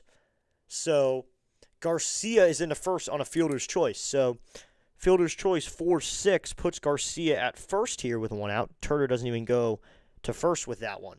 So now to bring up Smunez, who is just doing something over his last 14. 432 average. 8 runs, 8 RBIs with a 479 on base. That's a 1047 OPS, and he has 6 stolen bases. He is doing something over that time. With 1 out here. Yes, Fred is the awesome nickname. Yabba Dabba Doo is a great chant when he does something good. All right. 1 out here. First pitch to Smunez. Nunez takes a changeup, high ball 1. It's an 0-1 count. Oh, wow. So it's strike. That was way out of the zone with the 82-mile-an-hour changeup. The umpire seems to think it's a strike. He's given the high pitch here. Seems to be having a high zone here. Rangel sets the pitch to Nunez, and Nunez swinging a miss at a changeup. That one low and in the dirt. So he goes high changeup to low changeup, and Nunez swings through it. So an 0-2 count here with 1 out in the bottom of the 4th. Rangel. Looks like Bohm is in, expecting a bunt, and Turner and Stott seem to be in double play depth here. Playing close to the bag. So 0-2 with 1 out. Rangel sets. Here's the pitch. Nunez swings and fouls this one off, so it'll be 0-2 again. Nunez. 240 average. That's gone up, and his career is only 239. Career 4 home runs, surprisingly. He was a second-round pick for the Marlins in 2019, and then a Rule 5 pick of the Nationals. Over his last 7, though, he has a 667 average with 12 hits. Here comes the 0-2. Nunez takes a fastball way high, ball 1, so it'll be a 1-2 count. Let's go Nets. Come on, boys. Let's try to get something here. 1 out and a runner at first in Louis, but 667 over your last 7? And he's a starter, too. He's a starting hitter, too, the 1-2. Swinging a bloop out to left, but that's going to go foul. Almost another hit for Nunez. But a bunt single, too. I mean, he doesn't care how he gets on base. He bunts. He fouls pitches off. He does everything. As a hitter, I mean, he doesn't have too much power, but he's just doing it all right now. Nice hack there by Nunez. Kind of weighted back on it a little bit. So do 1-2. Here's the pitch. Nunez swings and fouls this one off his foot, so do 1-2 again. Ugh, that one must have hurt. But we'll do 1-2 again here. 1-2 with one out in the bottom of the fourth. 3 changeups in a row, and then he went to the four-seamer, then the curveball and the changeup. That's the pitch sequence so far to Nunez. Coming set is Rangel. He comes the 1-2 to Nunez. Nunez swings and fouls this one off, so he is having a good AB here with one out and that runner at first. He is refusing to give up. So we 1-2 here with one out. Rangel looks for his signs. He comes set now. It'll be another 1-2 here to Nunez. Here's the pitch. Nunez swings and pops this one up. This one is going to go third base side. Under it is the catcher. That is Mercan, and Mercan makes the catch for out number 2. So, or out number 3. Or no, that's out number 2. Louis was taking his helmet off like that was out number 3. It's only out number 2. I thought so. I was confused for a second. So there's 2 outs now. Nunez retired, which is very rare over the last few games. Then I bring up James Wood. He's 1 for 2 with a double and a strikeout. A kind of James Wood type of day. Extra base hit leaders. 2 of them are in the game right now. 3-way tie for first. It's Wood, Olsen, and Schwarber. Let's go. We just need another sub. We're now at 467. Let's go. Thank you to that new subscriber. The pitch, and Wood takes the ball outside. Ball 1. Kyle Schwarber, most of those extra base hits are just home runs. He doesn't even hit too many extra base hits. 20 home runs for Wood as well. So same with him. But thanks to that new subscriber, now at 467. The 1-0 here to Wood. Here's the pitch, and Wood. Check swing. Did he go? No on a changeup upstairs. So that'll make it a 2-0 count. So it'll be 2-0 here with 2 outs to Wood. He's having some sort of season. I mean, he's just doing better. I mean, he's 500 on the day right now, so his average would go up today if he stayed right here. The 2-0. Wood takes a ball upstairs, ball 3 with a curveball. So that's a curveball upstairs, but we are going to get an ABS challenge from the catcher, Marcon, on this one, on a curveball, and it looks like it did touch the zone. Oh my gosh. That one is barely touching. So that one is barely touching. It's a 2-1 count now on that curveball that barely clips the top or the zone. He gets the call, so it'd be a 2-1 count with 2 outs. Wood up to the plate. Rangel comes set. It'd be a 2-0 here to Wood. Here's the pitch. Wood swings and fouls this one off, so it'd be a 2-2 count. 2-2 here with 2 outs in the bottom of the 4th. So far, home runs in his career. He has, for Wood, 23 out to left, so 23 oppos, 21 to center, and 16 to right. So he doesn't pull the ball much. He goes oppo. Seems to work for him. That magic works for him. Rangel sets. The 2-2 to Wood. Wood takes a slider upstairs, ball 3. Rangel can't get that one to the zone. So it'll be 3-2 here with 2 outs. Garcia will be on the move on the pitch. Nationals with a 2-0 lead. Maybe get another run on the board. Help this game out until we get to the bullpen. Here comes the 3-2 to Wood. Runners on the move, the pitch. Swing and a miss on a changeup inside. Wood goes down swinging. Strikeout number 2 for Rangel. Both of them are of James Wood swinging in tonight's game. So both the strikeouts are of Wood. Kind of typical for James Wood. That will end the inning. The Nationals fail to get a hit that inning. They leave 1 man on base. We'll head to the 5th inning. It is now the Nationals 2. Philly, nothing, right here on District Nation. We're going to take a quick break. We'll be back in just a moment. In the meantime, watch this video on why you should vote CJ Abrams and James Wood for All-Star Starter. Hey everybody, District Nation here. I hope you're all doing well. We need to help out our friend James Wood. James Wood is 7th in All-Star voting right now. Please help out James Wood. He, objectively and subjectively, is one of the best outfielders in the league. And there's only one way to help right now of our friend. We need to go scan that QR code and vote James Wood for All-Star Game starter right now. It is the right thing to do. It is the right choice to make. And it's easy. It's free. All you need is an email. And that's all you need. Vote CJ Abrams as well. Abrams is in 1st in the All-Star Game polls right now. Be sure to vote CJ Abrams and James Wood for All-Star starter for the 2026 All-Star Game. Go vote right now. Scan that QR code. Vote as many times as you can. It's 5 times a day. Vote all 5 times right now and help out our friends on the Nationals, CJ Abrams and James Wood, because they need your help to become all-star starters for this season and cement themselves as some of the best players in the league. Hey everybody, District Nation here. I hope you're all doing well. We need to help out our friend James Wood. James Wood is 7th in all-star voting right now. Please help out James Wood. He objectively and subjectively. You heard the man. Go vote James Wood. You can scan the QR code. If you didn't already, I'll get back to that screen at some point in between innings. But we'll head to the top of the 5th. Foster, Fred, 4 innings of work, 2 hits, 7 strikeouts. So Fred's doing pretty well today. First pitch to Hill is going to be in there. Called strike 1. Clips the inside part of the zone with a curveball. Foster Griffin has 7 strikeouts on the day. He has 2 on the splitter. He has actually all on different pitches. Wow. Or excuse me, 2 on the cutter, then 2 on a fastball. Then a changeup, sweeper, and splitter. So he's mixing it up. I mean, 7 pitches. He's going to mix it up probably. It'll make him a good pitcher. First pitch strikes, 11 of 16 so far. So we know 1 here to Hill. Griffin sets. Here's the pitch to Hill. That's going to be an 0-1 grounded down the third base line. It'll mean 0-2 count now. So 0-2 here with no outs in the top of the 5th. Griffin is now at 63 pitches on the day. So it'll mean 0-2 here to Hill. Coming sets Griffin. The pitch to Hill. Swing and a line drive. Left field. That's going to be a base hit. Cruz grabs it, but Derek Hill has a base knock here in the top of the 5th. Hill's going for 2. The throw is in time. He is safe.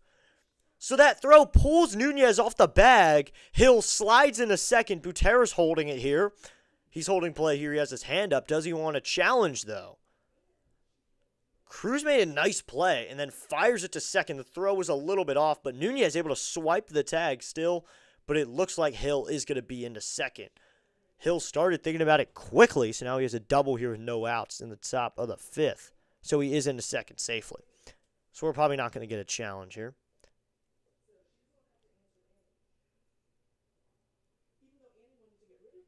Ooh, maybe he didn't actually get in there. His front foot came off the bag, and then Nunez kind of tagging him as he's doing so.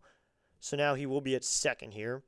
Griffin now at 64 pitches after a double from Derek Hill. Or are we going to get a second look at this? Okay. Or we might get a second look at this. No, we will not. Griffin sets. He'll pitch to Bryson Stott now. The first pitch shows bunt, but it's in there. Called strike 1 with a fastball. He misses the bunt. A double out to left for Derek Hill. So Griffin's going to need to do some work here with a runner at second. Stott at 235 average, 6 home runs and 36 RBIs. I mean, 0-1 here. Lefty-lefty matchup. Griffin sets. The 0-1 is outside with a sweeper. So that evens up the count at 1-1 with that 80-mile-an-hour sweeper. So it'll be 1-1 with no outs here in the top of the 5th. Griffin at 66 pitches now. Facing Stott. He comes set. Here comes the 1-1 to Bryson Stott, and that's going to be swung on and hit out to left field, but that one's going to get out of play, so it'll be a 1-2 count. So I wonder who's going to do the post-game show now, because on 106.7 The Fan, because they usually do it to someone who's near the stadium. It's probably like 11 p.m. at the last end of this game. They're going to have to tune into District Nation to hear a little post-game show. Griffin sets. It'll be a 1-2 here to Stott. He waits. Now the 1-2. In the dirt ball to the sweeper. Wanted him to chase that sweeper out of the zone, but he does not. So Griffin has a 2-2 count now on Bryson Stott. 2-0 lead for the Nationals, just clinging on here, but they have their ace Griffin on the mound. So it'll be a 2-2 here. The Nationals are lucky they get Griffin in for a start. Here comes the 2-2, the pitch. Swinging a ground ball back to Griffin. He makes a nice play. Looks to third, now goes to first in time for out number 1. So Griffin gets Stott at first, makes a nice play, but now that moves Hill up to third. Griffin will now face Marcon, the only guy who really has Foster Griffin's number consistently. Griffin had to leap off the mound, checks third, then lobs it over to first. Good play by Foster. Hill immediately moves to third, though. Ran quickly, too. He was aggressive. So now it'll be Marcon. Griffin sets. First pitch to Marcon is going to be swung on and foul. Oof. He was jammed on that one, so it's a 0-1 count. That could have been dangerous. He was a little earlier. But Griffin has 0-1 on Marcon. He's at 70 pitches. I bet maybe he works into the 6th. I bet they maybe let him stretch it out. But he's at 70 pitches now. Maybe they'll let him stretch into the 6th. But he's had a good 5 so far. I mean, 0-1 here. Griffin sets. Here comes the pitch to Marcan. Swinging a fly ball. This one is out to shallow. Actually, Abrams is under it out there in left field, and CJ Abrams makes the catch for out number 2, hugging the line a little bit. So that's out number 2. Derek Hill can't go anywhere. So CJ Abrams makes the catch out there in shallow left. There's 2 outs now, and I'll bring up the top of the order in Triple Trey here for his third AB. Ground into a fielder's choice and struck out thus far in the game. So be 2 outs now. Runner at third, and they'll bring up Trey.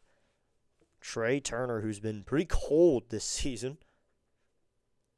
2 outs in the top of the 5th. Turner, 225 average, only 7 bombs, 22 ribbies thus far in the season. Griffin sets, first pitch.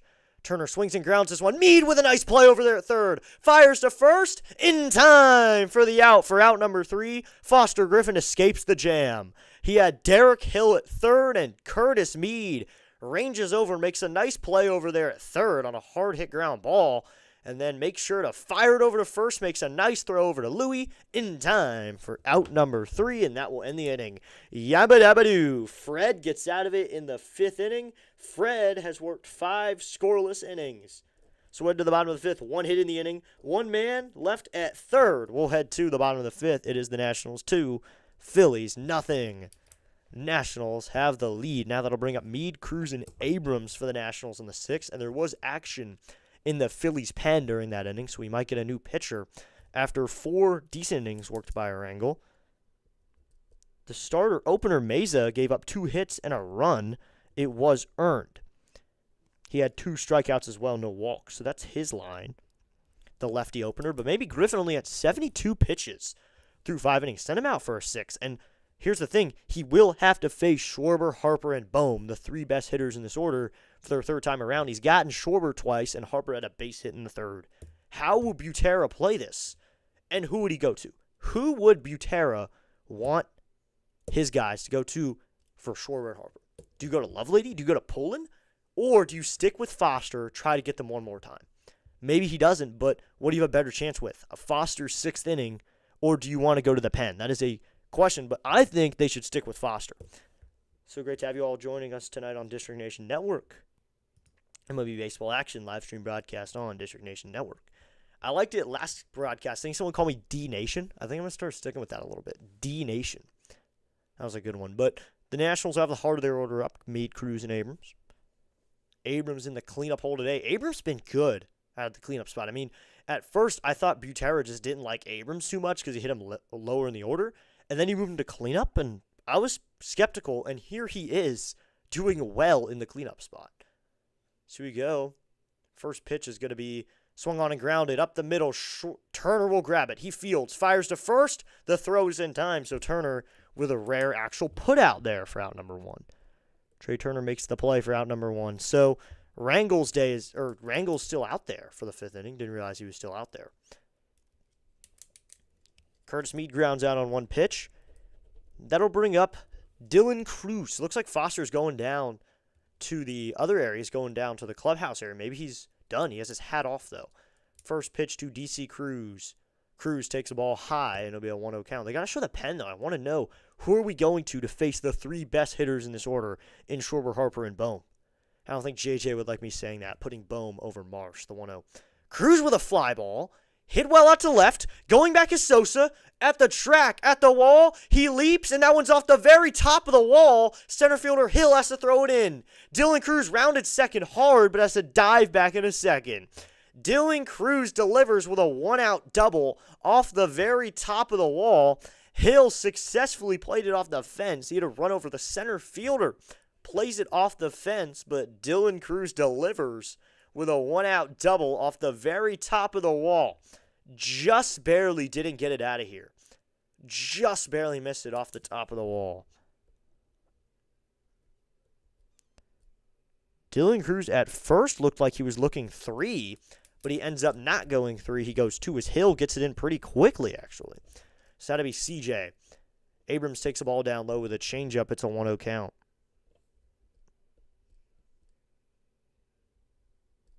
So there's a runner at second here with 1 out for CJ, who's been an RBI machine. 103.6 off the bat there from Cruz on that long double. The 1-0 to Abrams. Abrams swings and hits this one on the infield, now into the outfield. Now Bohm has a couple feet onto the grass, and he makes the catch for out number 2. So Abrams can't do anything with that. That makes Abrams 0 for 3. Reached on an air back in the first, so he's been on the bases.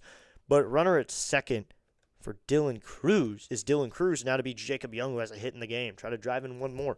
Set it up well for whatever arm comes out of the pen. I'd like to know who's coming out of the pen, though. That's what has me curious, is who we're going to go to for Schwarber, Harper, and Bohm. Or maybe they go back to Foster. Here's the pitch. JY hits this one to left field, going out to the shortstop Turner. Coming in as the left fielder Sosa. Sosa is under it, and Mundo Sosa makes the catch for out number 3, and we are done with 5, ladies and gentlemen. It is now 9:41 Eastern Standard Time, and we are done with 5 innings. Took us a while, huh? We're done with 5. Let's see who goes out there for the 6th inning. Rangel's worked 4. Foster's worked 5, but 1 hit in the inning, 1 man left on base. Cruz is left at second after his big booming double. Just barely didn't get out of here. Hit the very top of the wall. So head to the 6th. Schwarber, Harper, and Bohm coming up for this team.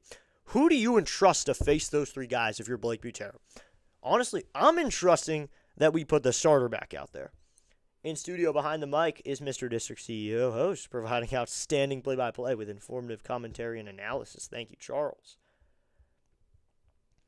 So we'll head to the 6th. Ronald's here. Ronald says hi. What's up, Ronald? Thanks for tuning in.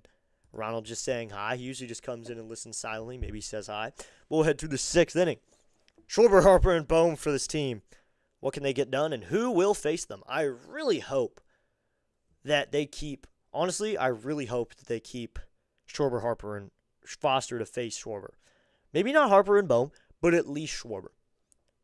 That would be very good for this team. As we head to top of the 6th in just a moment. Thanks to everyone for tuning in. Griffin, we talked about him a little bit. Let's talk about a different guy.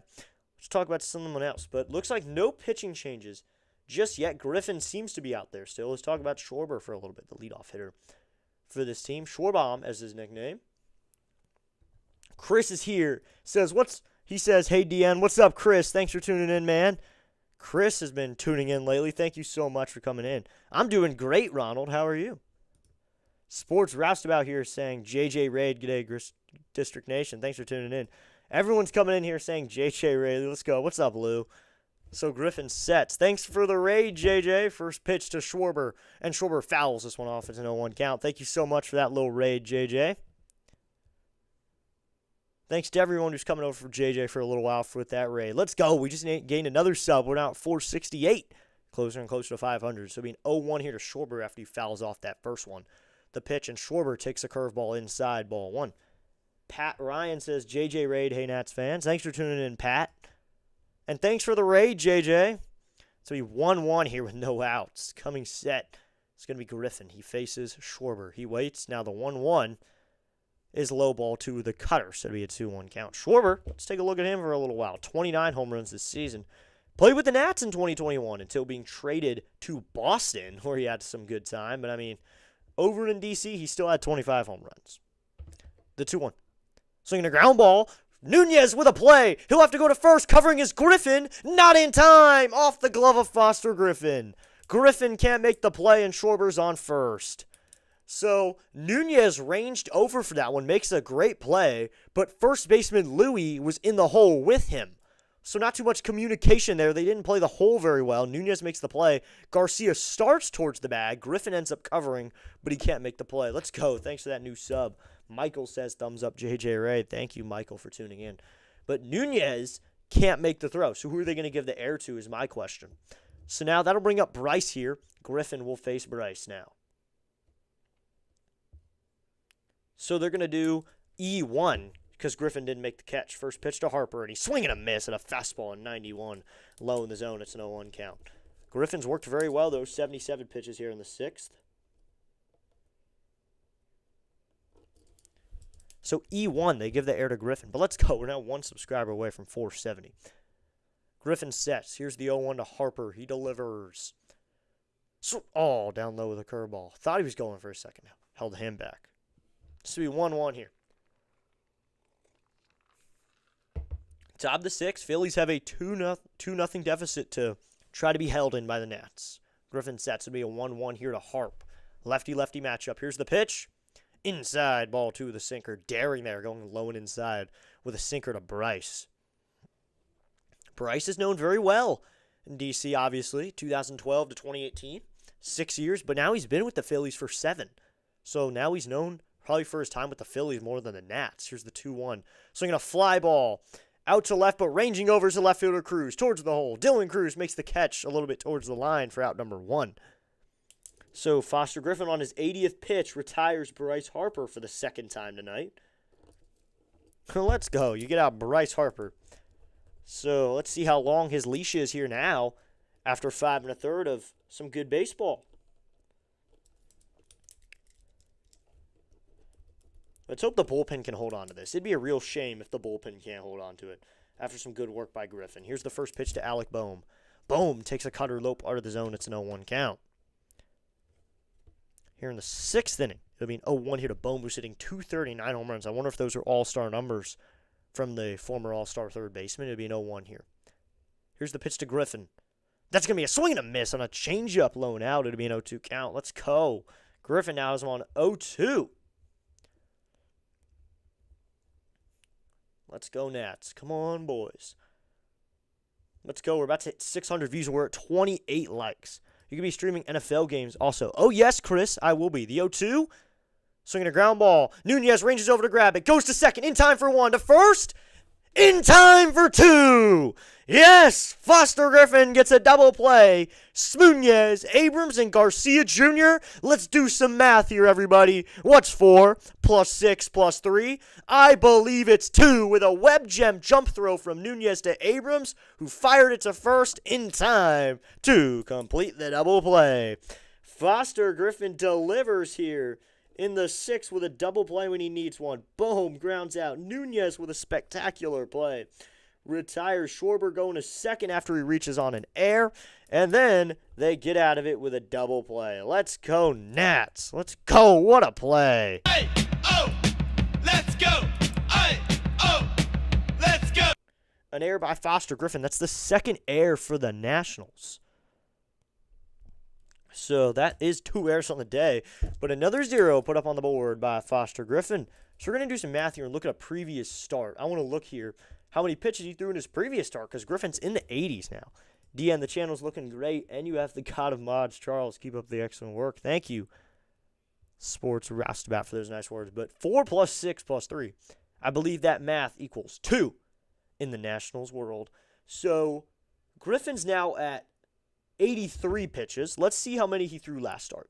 His last start, he would have been... Which game did he pitch in? Let's check here. He pitched... When did he last pitch? He pitched probably that Royals game. Okay, the Tuesday game of the Royals series was the last time he pitched. So last Tuesday, that's Tuesday the 16th. So last game, he worked 6 innings, and he threw just about the same. He threw 100 pitches last game. So he has a leash of about 100 pitches. I think we should send him out for a 7th inning. The Brewers game was a fun one to watch tonight. Oh, yeah, that's cool. That must have been a fun game to watch. We'll head to the bottom of the 6th. Nationals hold a 2-0 lead. So head to the bottom of the 6th inning. Let's go Nats with a double play when they need it. And when they need it. Exactly. Nunez with a jumping throw, and then Boehm out at first on the double play. But yes, I do stream NFL games. We'll be doing Commanders game. The pitch to Lyles inside, ball 1 from Rangel's back out there for the bottom of the 6th. But Nunez makes a jump throw to second. He had a turnaround jump throw to second in time. And then Abrams went to first to complete the double play. What a play. Here's the pitch to Lyle, the 1-0. Lyle swing and miss at a changeup, and that evens up the count to 1-1. Yeah, we're doing Commanders games this fall. Going to enjoy doing that, as well as doing Nationals games this summer. Then we'll throw in some Mavs basketball as we can during the winter. Just a couple games every so often. The 1-1. Lyle takes a fastball upstairs, ball 2. I mean, I enjoy calling those just recreationally. Night games on Fridays and Saturdays, and maybe during winter break I'll call some. But baseball is kind of the big market for me, and I hope football can tap in. Thanks for subscribing, Pat Ryan. Here comes the 2-1, and Lyle takes it inside, ball 3 with a changeup. They subscribing. Mike, thank you so much for subscribing, all those different people. But especially Pat Ryan. Let's go. We just hit 470. Now we're 30 away from 500. The 3-1 to Lyle. Lyle gets a pitch he likes and fouls it off, that 92-mile-an-hour fastball. So that makes it a 3-2 count here in the bottom of the 6th. Nationals have put up 6 zeros in a row on defense, but they've also put up 3 zeros in a row. They haven't scored since the 2nd. They got to help themselves out. Help out Foster a little bit. He's had a gem out there on the mound. Here comes the 3-2. The pitch to Lyle. Lyle swinging a miss and a high fastball inside. Rangel sets him down. Strikeout number 3. His first 2 were just really of wood, twice of wood. Now he gets Lyle down swinging. So that's out number 1. Looks like Kyle Backus is in the bullpen for the Phillies at least. A sidearm. Ooh.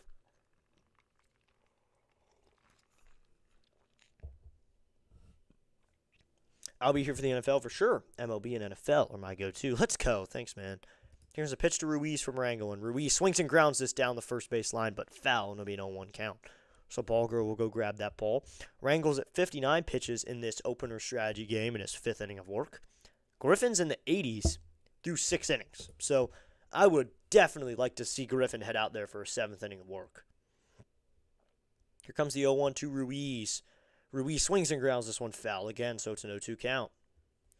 But, I mean, I just really like what Griffin's put together today. 6 innings, 3 hits. He does have an error on the day, but he's spread out what he's doing. He's had a hit about every other inning. He didn't give up a hit in that 6th. He'll have Sosa, Marsh, and Hill for the 7th. Collectively, Hill has 1 hit, and that's all they have. Rangel will pitch to Ruiz. Here's his pitch. Ruiz on an 0-2 takes a slider upstairs, ball 1. It'll be a 1-2 count. So 1-2 here in the bottom of the 6th inning.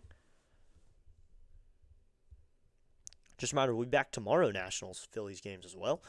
Excited to do those. Here comes the 1-2 from Rangel to Ruiz. Ruiz swings and grounds this one. Second baseman dives, and he can't get to it. That's a base hit for Keibert Ruiz here with 1 out. Marshall fired that one in. Keibert Ruiz delivers here in the bottom of the 6th with a base knock. So that'll bring up Louie now. Has a home run and a fielder's choice, so he's been on twice tonight. But now Keibert Ruiz joins the fun with a base hit after getting hit by a pitch. I was a little worried, but he's saying, don't worry, I'll get a base knock just for you. So Ruiz gets it past the dive of the second baseman, Stott. Let's go. Ruiz continues to rake. Here's the pitch to Louie. Louie's going to take a ball outside, ball 1. It's a 1-0 count. So we 1-0 here with 1 out in the bottom of the 6th. Ruiz with a decent lead out there on first, but he's probably not going to go. Here's the pitch. Louie takes a curveball in there, called strike 1. He waits back and just takes that one. So it'll be 1-1 here in the bottom of the 6th. The Nationals hold a 2-0 lead. Griffin, we'll see if he goes out there for the 7th. Louie could help out right here with a runner at first and 1 out. Try to move some runners. Here's the 1-1. Louie takes a changeup up high, ball 2, and it'll be a 2-1 count. So 2-1 here with a 1 out. On deck is Smunez, though, who right now is the Nationals' best hitter, and you can't really deny that. He is really their best hitter. 667 clips so far of his last 7. Here comes the 2-0 to Garcia. Garcia swinging a miss. A big swing on a changeup, so it'll be 2-2. Garcia takes a timeout now after a huge hack at that one, so it'll be 2-2. What a huge rip at that one. He can't get it. So that'll make it a 2-2 count with 1 out. 66 pitches for Rangel now. Coming set is Rangel, the pitch. Garcia takes a curveball in the dirt, ball 3, and it's a 3-2 count. Get another runner on base. That'd be really nice right here. Let's get another runner on base, help out the team just a little bit. So it'll be 3-2 now with 1 out. Let's see if Ruiz is on the move on the play. It is not 2 outs, so he doesn't have to be. Just, Nationals bullpen seems to be quiet right now. 3-2. Louis swings and grounds at foul, so do 3-2 again. So Ruiz was moving on the play. Now have to chug all the way back to first. 3-2 here with 1 out in the bottom of the 6th inning. So Nationals bullpen pretty empty here in the bottom of the 6th, so it seems like Foster will head out there for a 7th inning of work at least. That'd be really nice. Get him a 7th inning of work. Here's the pitch. Garcia swings and grounds. His second baseman Stott. All he can do is go to first with it as Ruiz was on the move on the play. Smart by Ruiz to just keep running, stay out of the double play. So there's 2 outs now. Ruiz is into scoring position for Nasim Nunez, this team's most hot hitter right now. He's just hitting. That's the thing. He is just hitting. 2 triples against the Royals. Then he comes in, hits a bunch of extra base hits against the Rays. Now here he has a base knock here in D.C. And he made a diving play in D.C. against Kansas City and made the double play just now. That jumping play. So Nunez has been the best player right now. Here's the pitch. Nunez swings and fouls this one off the catcher's mask. Oof, and it's 0-1. So 0-1 here with 2 outs in the bottom of the 6th. 239 average for Nunez now. That average just keeps rising every time he gets a hit. Yeah, vote Nunez. Go vote Nunez for All-Star. He deserves it. Maybe if it was an All-Star over the last week. Maybe MLB would start doing that. Weekly All-Stars. Not a game, just they pick a weekly team. Here comes the 0-1. And Nunez swings and fouls this one off, and it's an actual honor. Like, you get it posted in your MLB profile with all those awards, those MILP awards, those things major leaguers get. Put MLB Team of the Week, All-Star of the Week. And it's just an all-star team every week of everyone who did the best. And you can only look at stats for that week when picking the team. You know, 2 here to Nunez. Here's the pitch. Nunez swinging a miss at a changeup, and he's down swinging. Strikeout number 4 for Rangel. So that is out number 3. They get 1 hit in the inning, 1 man left on base after the Ruiz single. We'll head to the 7th inning. The Nationals, really, though, here's the thing, a number here. They have left 7 runners on base. In the 6th, they left 1 on second. In the 5th, they left 1 on second. In the 4th, they left 1 on first. In the 3rd, they left 1 on first. In the 2nd, they left 1 on first. And in the 1st, they left runners on first and second. So, at least 3 of those are in scoring position. So, we aren't really bringing runners in. We've had opportunities to score. We've had runners on base every inning, and we've left someone out there. Every inning, someone has gotten on base, and we only have 2 runs in this game. So, that really confuses me. This offense usually drives in runs. They usually are really productive with runners on base. But, I mean, today it's the pitching show. Today it's Fred's show. Fred Foster Griffin is having a day today. Fred is showing off. Tomorrow to be Zach Littell taking the mound for the Nationals. He's in a little bit of a slump on the mound. Let's see if he can find his rhythm once again. It'd be really nice if he could just find his footing as a player. So I see the Nats back in D.C. for this week-long series. Then they will head to the road for the second half of the Beltway series. They'll head over to Baltimore. I'll be in that series, so won't be calling Friday or Saturday. I'm going to be calling NFC Babe Ruth baseball. So go check out my channel as we are calling those games, 5:30 each night. So you can watch most of it before you go watch the Nats game with play-by-play with JJ. So we'll head to the 7th. It'll be Nationals 2, Phillies nothing, and Fred will take the mound once again. Foster headed out there for a 7th inning of work. Yabba Dabba Doo will head out there again. Foster Griffin taking the mound again after 6 innings of good work, 7 strikeouts. Now of Sosa, Marsh, and Hill. He's on good pace here in his 7th inning of work. Only give 2 innings for the bullpen. And you're giving the bullpen a rest after a tough weekend in Tampa. I mean, looking at the bullpen, you saw guys like Parker got some work. Lord had a great outing. But then just looking at Sunday, Varland had to work 2 innings. Rabolta worked an inning. Schultz worked an inning. Friday, as well as Griffin sets, first pitch coming to Sosa is going to be swung on, hit well, out to center field. Going back is Young. Onto the track. He's feeling for the wall, and he makes the catch for out number 1. So that one was hit well. Sosa gave that one a ride, but it's just a fly out to the deepest part of center field. Sets out number 1, and that'll bring up Brandon Marsh. He's over to the line out and a fly out. Sosa pimped that one. He dropped his bat after, but then he ripped his batting glove. So I'm assuming he didn't pimp it. He just dropped his bat. Young felt for the wall, but then didn't touch any wall. So that's out number 1 quickly. And there you go. First pitch to Brandon Marsh is going to be in there. Called strike 1 on the inside corner with a 91-mile-an-hour fastball. Gets the zone that time. At least the umpire thought it clipped the zone. It did not, looking at the replay as Griffin sets. It'd be an 0-1 here to Marsh. He waits. Now the pitch.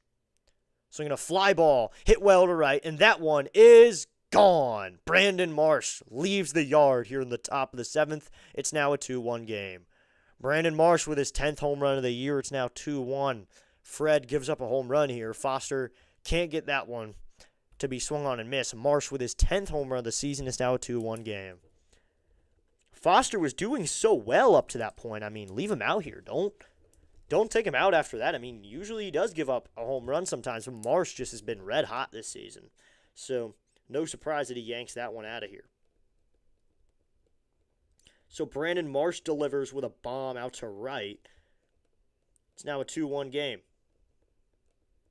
Griffin, no mound visit here. First pitch to Derek Hill is low and outside, ball 1.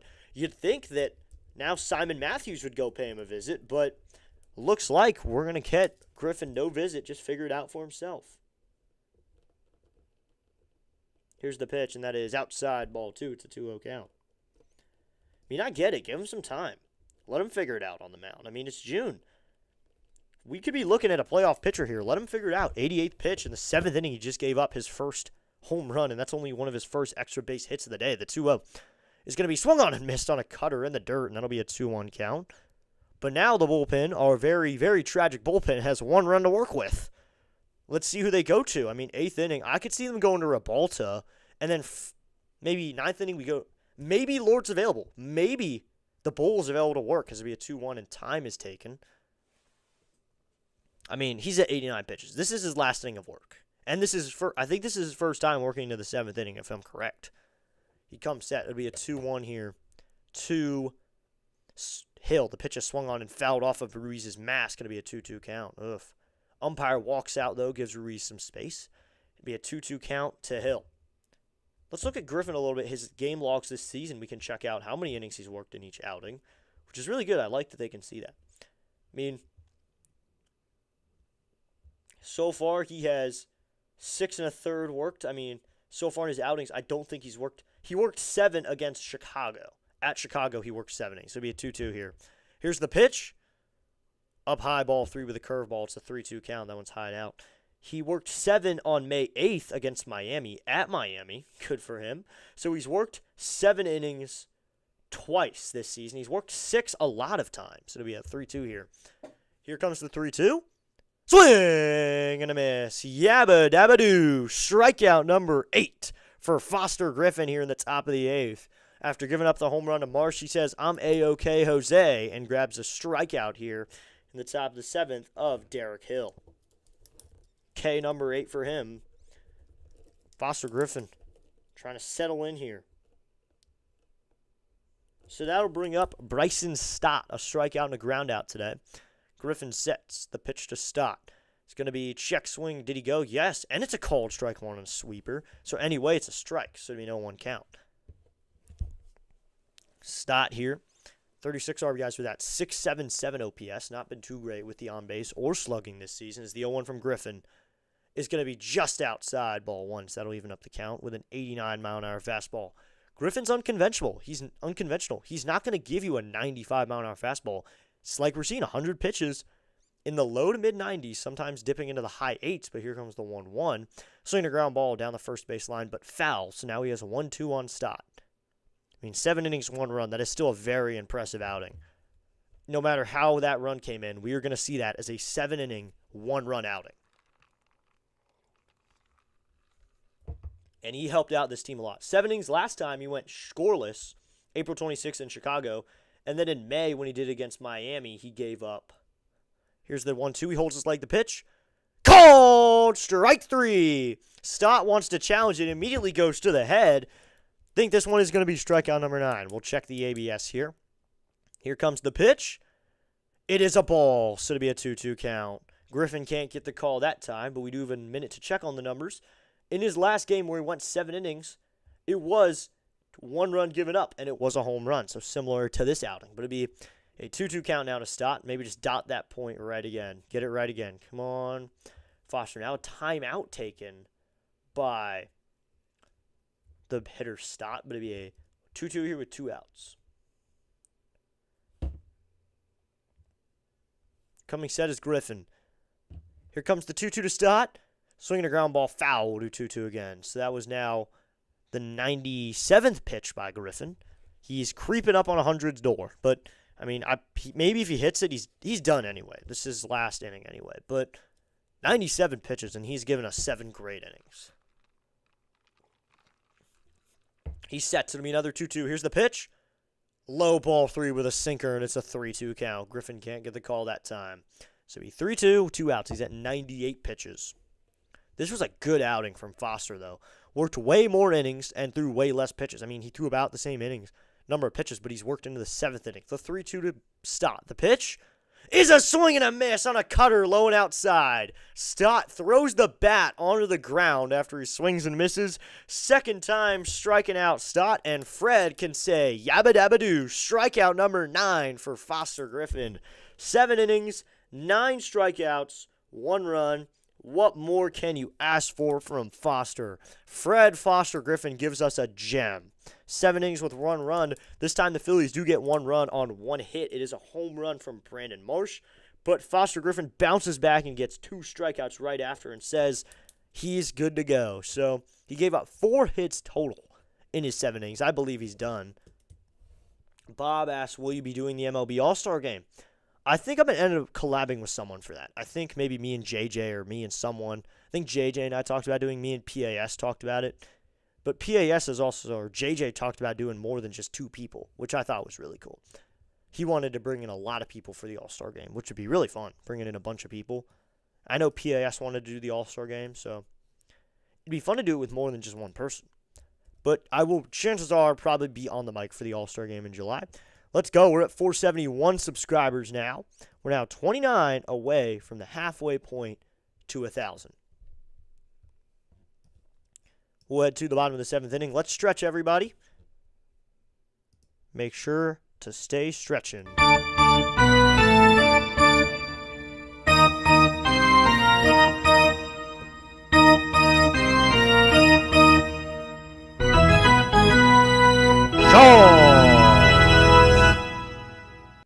He is going to the home run derby. He is probably not going to go to the All-Star Game, but he told me so far he's going to the derby. So that sounds like a cool idea for the All-Star Game. Yeah, having more than just 2 people would be a lot of fun. Me, JJ, maybe PAS thrown in there, but it's going to be a whole lot of fun, no matter how many people I do it with. I am going to do a broadcast for it, so be sure to hang out. So to the bottom of the 7th, it will be Wood, Mead, and Cruz for the Nationals. Got to vote CJ and Wood for All-Star, by the way, if you haven't already.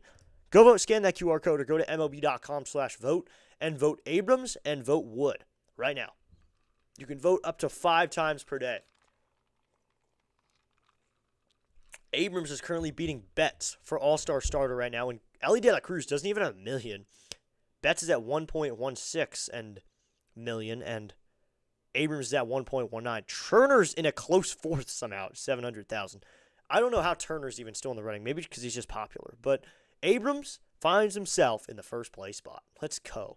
Abrams has to be starting over there, not Turner. I don't even think Turner should wear the All-Star jersey this year. Abrams has 3 consecutive games with a home run, by the way, but that's not for my information. But we head to the bottom of the 7th inning. Thanks for everybody for tuning in. I think Abrams is giving a good campaign of why you should vote for him. So go to MLB.com right now, vote Abrams.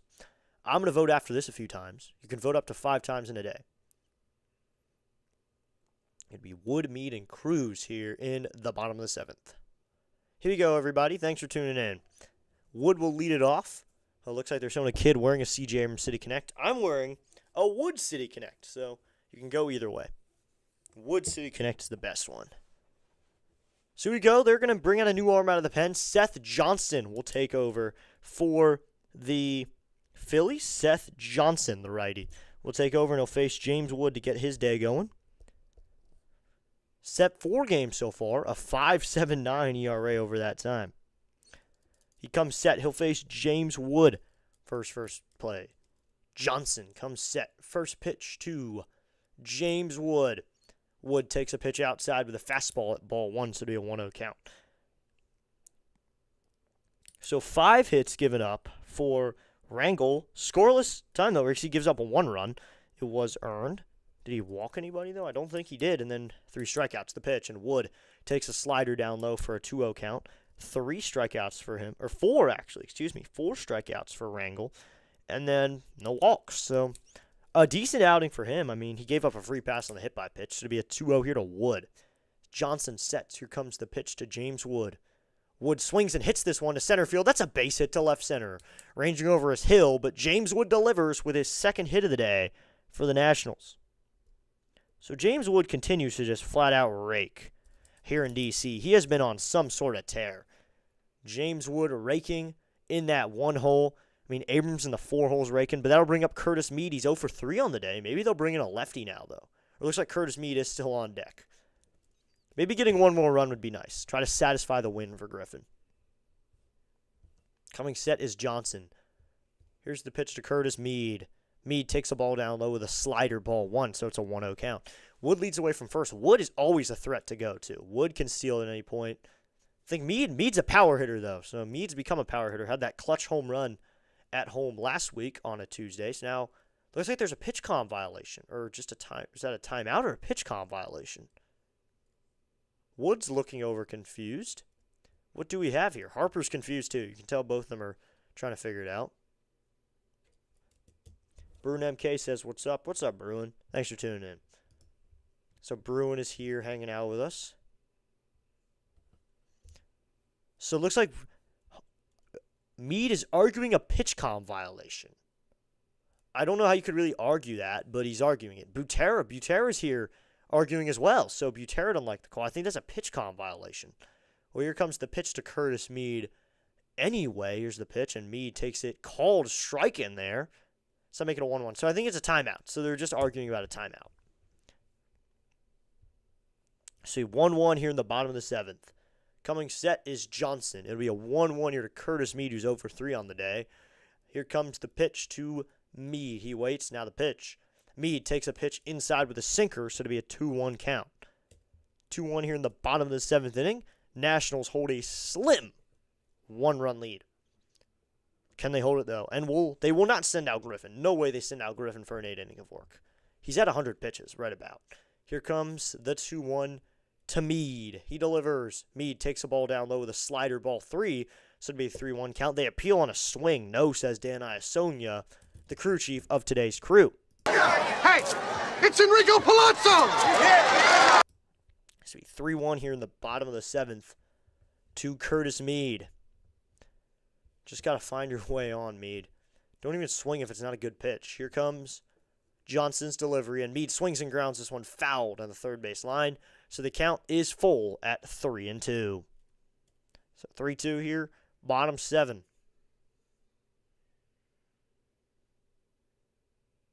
Mead facing Johnson in the righty-righty matchup. I was all for Tenna or Vivas getting a pinch hit opportunity, but they wanted to stick with Mead here.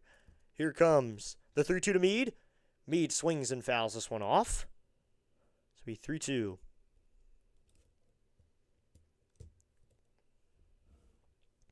Johnson now at 9 pitches in the inning. Got to get something going here, though. Getting something going would be great.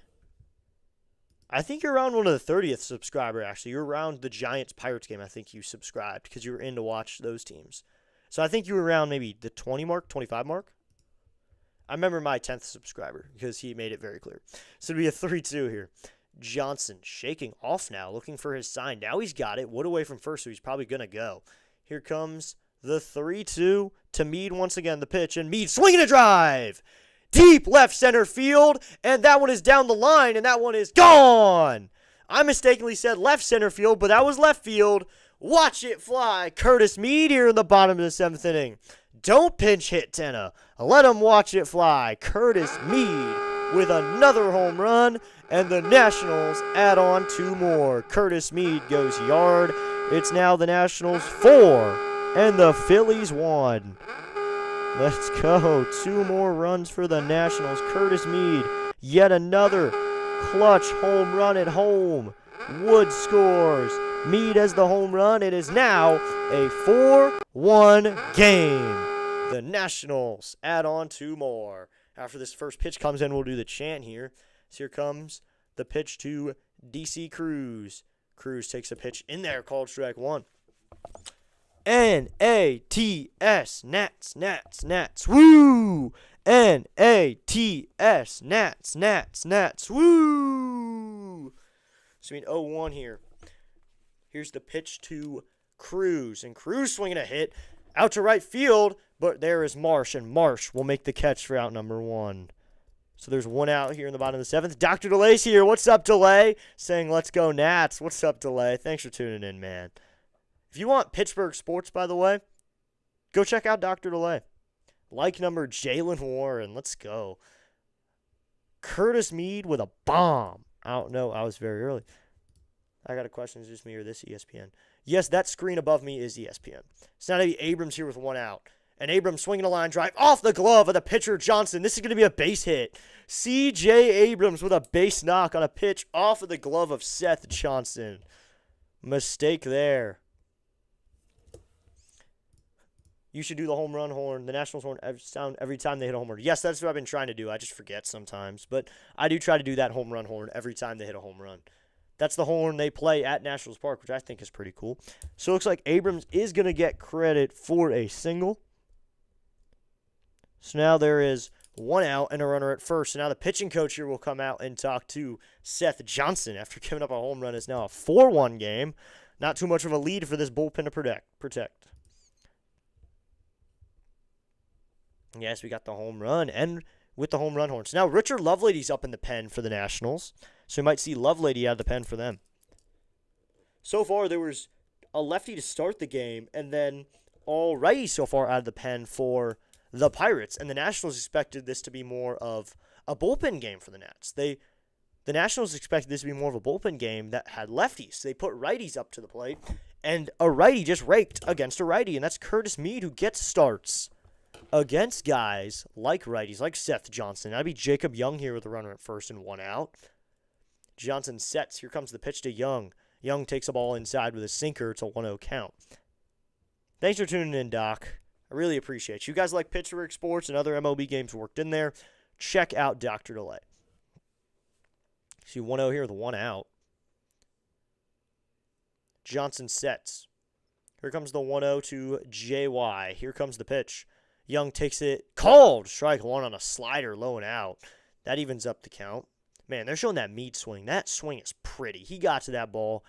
That was a perfect swing. Just a little out in front and barrels it down the line for a bomb. The Nationals have a run or two here. So it's a 4-1 game now. The pitch to Young, and Young hits this down the third base line. Bo makes a play, goes to first. The throw is in time. Harper has to jump for it, but he lands onto the bag in time for out number 2. Moves Abrams into scoring position over to second base. So that'll bring up Dalen Lau here with a runner in scoring position. It's been really sad, though. Lyle has not been doing well lately. Lyle's just not come along offensively right now. He could use something to get out of this slump he's in. He's at a 249 average, but over his last 7, hitting .087. So So here comes the pitch to Dalen Lyle. Lyle swinging grounds this one. Up the middle, second baseman Stott gets to it. The throw to first in time to retire Dalen Lyle, and that will end the inning. So the Nationals get 2 more on a Curtis Mead 2-run home run to left. Mead with another clutch home run at home. He is proving that he is an important part of this cast that is the Nationals. So we'll head to the 8th.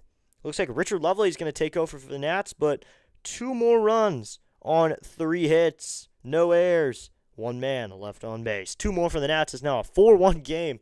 So Marsh has a home run, and then Curtis Mead says, I'm going to respond with a home run of my own. To me, Marticon, and then Turner and Schwarber. I saw Luzardo is pitching tomorrow, who's pretty good. Yeah, Luzardo's pretty good, but this Nationals offense is pretty good too. Boo, Dr. Delay. You got to root for the Nats here. You got to root for the team in here. I mean, I don't care if you guys don't root for the Nats, but you gotta at least root for a team or just enjoy the game. I don't need you to root for any team. Enjoy the game. That is the only thing I request. So we'll head to the top of the 8th. Lovelady be taking over for the Nats. Probably he was the one warming up. Dalen now, though, the struggles continue. So we'll head to the top of the 8th. Looks like Griffin. They think Griffin's still back out there, but I think it's going to be Lovelady here in the 8th. I don't think they're going to send Griffin out there with a current count of, let's check here, pitches, yeah. He is at 99 pitches. So he'd be at 100 if he was put back into the game. And MLB still says he's in the game, which is really concerning me here. Please do not send Foster out there with 99 pitches. I mean, good leash there. You got a lot of trust in him if you're doing that, but do we want to do that to him this early in the season? I mean, MLB still says that Griffin is in there. So Griffin is back out there for the 8th inning. Wow. First pitch is going to be in there, cold. Strike one to Mercan. It's an 0-1 count. So Griffin out for an 8th inning of work. Let's go. I mean, let's do it. He has a 4-1 lead. He's now at 100 pitches. Here comes the 0-1 here from Griffin to Mercan. That's in the dirt ball. One with a changeup. So that'll even up the count. Let's go. We just gained another sub. We're now at 472. So we did hit 470 tonight. That was kind of the goal for me. Just hitting that number. Hit a round number at least. So we 1-1 here with no outs. Griffin sets. He's in the triple digits now. Maybe he just is going to face one batter. Here's the pitch. Just outside, ball 2, the changeup, and it'll be a 2-1 count.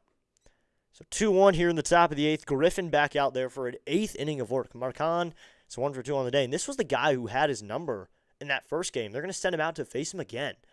The 2-1, called. Strike 2 on a cutter on the outside part of the zone. Mercan does not challenge, and that was definitely out of the zone. Way out of the zone, almost an inch off, maybe even 2. But it's a 2-2 count. So Griffin could really get 8 innings of work right here. When was the last time a Nationals pitcher worked into the 8th inning?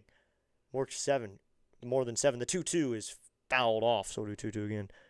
Just wait for Luzardo tomorrow. So it looks like Beater and Lovelady are in the pen now. Beater's just stretching, and Lovelady is actively throwing. Let's hope the Nats offense can get to that guy. That's going to be a good matchup. A guy like Luzardo against this Nats offense. So be 2-2 here. Maybe Griffin just gets this batter, and then they bring in a new guy for Turner. Griffin sets. It'll be a 2-2. Here's the pitch. Swinging a line drive up the middle. Nunez is there. He fields on the ground to first in time for out number 1. So Griffin works into the 8th inning and gets an out. I'm wondering, is this when we see Butera? So that's 1 out here in the top of the 8th. Griffin continues his dominance into the 8th inning. Yabba dabba do for Foster. And that's going to be the end of the day. So Blake Butera is going to give the signal, but Foster Griffin has pitched a beauty here. 105 pitches, 7 1/3 innings. He has pitched a beauty. He is going to get a standing ovation here. If I could stand up right now, I would, because this dude deserves it all right now. Foster Griffin works 7 1/3. He finally gets the ovation he deserves here in the top of the 8th. Now it's going to be Richard Lovelady coming to the game, but Foster Griffin, 7 1/3 over 105 pitches, gives up 4 hits over 7 1/3. That was really tough to do. 4 hits, 1 run.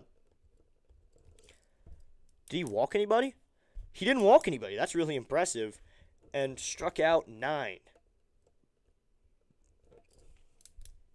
So Lovelady comes in here in the 8th. He'll face Turner and Schwarber at the minimum. We'll see how more he ends up facing, but wow.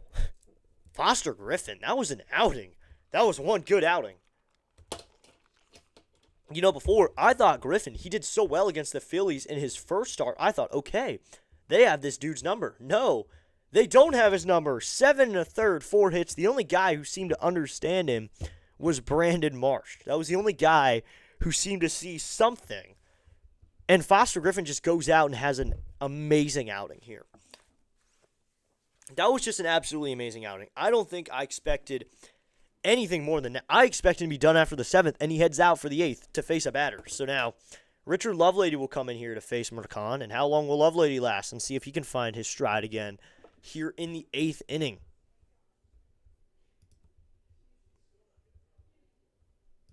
So you go, thanks to everyone who tuned in today. Looks like it's 10:20 Eastern time now, and we're in D.C., playing baseball. Why not? I think the last games have probably already started by now.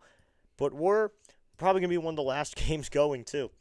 And we're an East Coast game with all these delays and such. But top of the 8th, Nationals have a 4-1 lead. Richard Lovelady takes over for the Nationals. Will face Turner and Schwarber at the minimum. But, man, just what a day for Foster Griffin. Give him a standing ovation. Wherever you are, stand up. Clap a little for Foster Griffin. 7 1/3, 4 hits, 1 run, no walks, and 9 strikeouts. First pitch from Lovelady to Turner is going to be outside, ball 1. Ruiz wants a challenge, though, on that sweeper. I don't think that was in there, though. Lovelady's pitch didn't look like it was in the zone, but Ruiz does go to the ABS. The pitch, it is a ball, so the Nationals are out of challenges.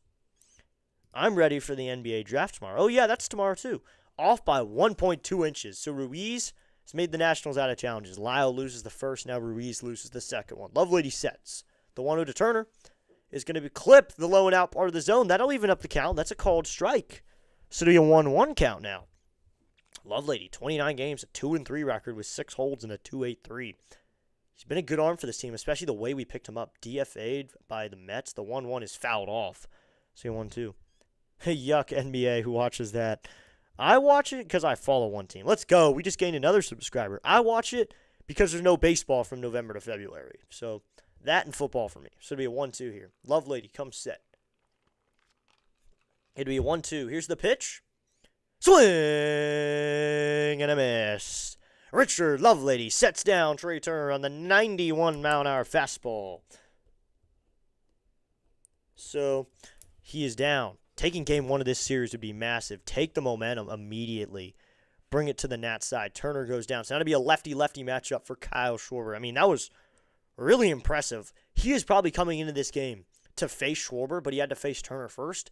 Getting out Turner was big. Now you have a lefty to face Schwarber. Here's the pitch. Schwarber takes the fastball outside, ball 1. So it'll be a 1-0 count here. But a Schwarber-Lovelady matchup. That's a good matchup here. 253 average, 29 home runs, 52 RBIs, and a 9.63 OPS for Schwarber. It's hitless today. Here's the pitch to Schwarber. That is up high, ball 2 with a 92-mile-an-hour fastball, and it'll be a 2-0 count. If this bullpen can put this away, that'd be amazing. I'm a Warriors fan. Well, I'm a Mavericks fan, so I'm not much better. So it'll be a 2-0 here. Here's the pitch from Lovelady, and that's in there. Called strike 1 with a fastball. So it'll be a 2-1 count. There you go. So 2-1 here with 2 outs. Schwarbaum facing Lovelady, but Schwarbaum has nothing on the lover boy. Here's the pitch. Swinging a fly ball, foul, and we'll do 2-2. That one gets out of play. The lover boy versus the Schwarbaum. Do you like Klay Thompson on the Mavs? I don't know. I think he's going to get traded, so I think he's going to get traded this year, but I liked him. He was a good shooter. We got baseball going on over here. Lovelady, come set. The 2-2 to Schwarbaum. Swing and a miss at an 82-mile-an-hour sweeper. Richard Lovelady sets down Kyle Schwarber. Lovelady comes into the game and grabs 2 strikeouts of Trey Turner and of Kyle Schwarber, and that will end the inning. He strikes out Turner and then gets Schwarber, one of the better hitters on this team, probably the best hitter, and he sets him down, and that's out number 3. That will end the inning. Let's go, Richard Lovelady. What an outing. This team, man, just feels like it's a different team tonight.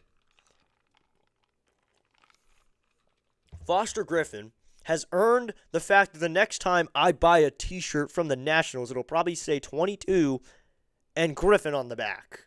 The next time I get a shirt, probably not a jersey, because Foster Griffin, that'd be a cool jersey. Knicks fan since 1970. What's up, Kirby? Kirby Smith here. Finally, I get to celebrate again. Yes, I'm old. Oh, that's completely fine, man. That's completely fine. Awesome last name. Yep, the Love Lady, or I call him the Lover Boy sometimes. The Lover Boy is his nickname. Oklahoma's going to win the College World Series. It's 13-2. Thank you for that update, Bob. That's actually very helpful. Oklahoma is going to win the College World Series. Wow. That's interesting. Oklahoma. Wow. Oklahoma for the win. Yeah, they're winning in the top of the 8th. Maybe an 11-run comeback from UNC, though.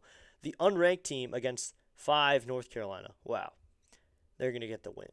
I mean, good for them being a team like that. So we'll head to the bottom of the 8th. Looks like they're at Nationals Park. At 106.7 The Fan is doing interviews at Nationals Park for who should the Wizards draft. I think a lot of people probably want DeBansta. So we'll head to the bottom of the 8th inning. Nationals 4, Phillies 1. So maybe the Nationals stick with Lovelady or they'll go to Beater for the 9th. Beater's kind of been their closer this year, though. Foster Griffin, 7 1/3, 9 strikeouts, though. I don't care how the rest of this game goes. Foster Griffin, have a day. Then Louis backs him up. Curtis Meade backs him up a little bit. I mean, this team just looks different tonight. It's a good game, 1 of the series. Way to take the momentum, boys. Take the momentum early and run with it. So now to be a new arm for the Phillies. After Seth Johnson works an unsuccessful inning, it'll be Chase Shugart out of the pen for the 8th. So this truly was kind of a bullpen game. I mean, you get the opener strategy and then 2 arms after a guy who works 5. 3 hits in an inning, 2 runs, no walks, no strikeouts for Johnston. So now It'll be Kybert Ruiz here. He has a knock on the day, and he also has a pitch that knocked him. But 283 average for him. Coming set is Shugart, the pitch. Ruiz swings and lines this one down the right field line, but foul to be a 1 count. Like number 32, come on, Phillies, says Trisk. Thanks for tuning in, Trisk. Trisk comes here every so often. Thanks for tuning in, man. It's been 0-1 here. Shugart also has his glove over his ear for the pitch com, but he has his ball in the glove while he does so. Here comes the 0-1 to Ruiz. Ruiz swinging a drive, out to right, going back is Marsh, and that one's going to play one hop off the wall. Marsh will grab it barehanded. Ruiz will charge for second. The throw is not in time. Ruiz is into second with a double.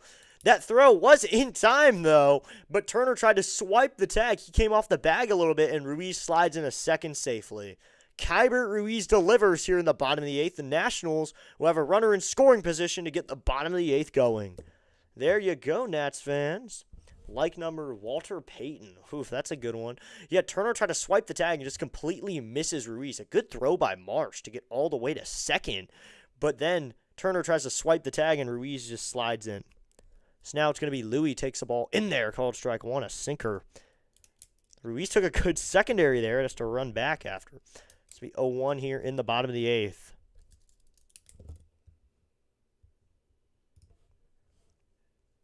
Here comes the 0-1 to Louis. Louis swinging a miss, and it's 0-2. So I got to refresh ESPN right here.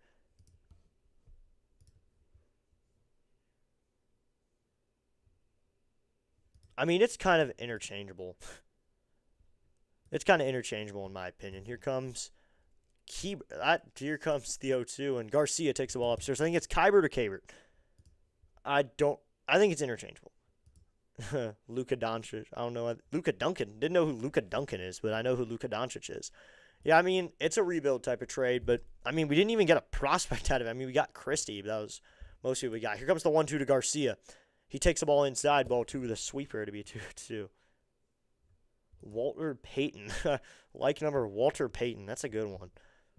We'll check him on the light count in a second, though. Total light count. So it'll be 2-2 here. Coming set is Shugart. Here comes the 2-2 to Luis Garcia Jr., the pitch.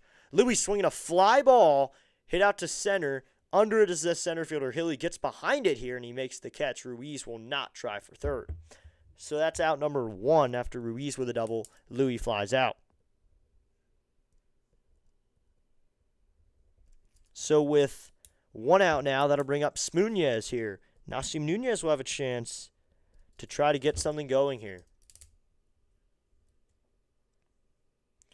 Let's go. We'll check him on the official light count, too. Ha! Dr. Delay. Always got to love delay. So 34 likes is the official count. Let's go. Coming set is Shugart. It'll be Smunez now to face Shugart. Here's the pitch to Nunez. He takes a cutter upstairs, ball 1. It's a 1-0 count. So let's see. Are they going to go to beater for the 9th? Or are they going to stick with Lovely? It looks like Bohm is in once again, expecting a bunt. Turner and Stott playing up straight. Same with Harper. Turner plays fairly up the middle. Here comes the 1-0. Nunez takes a changeup outside. It'll be a 2-0 count.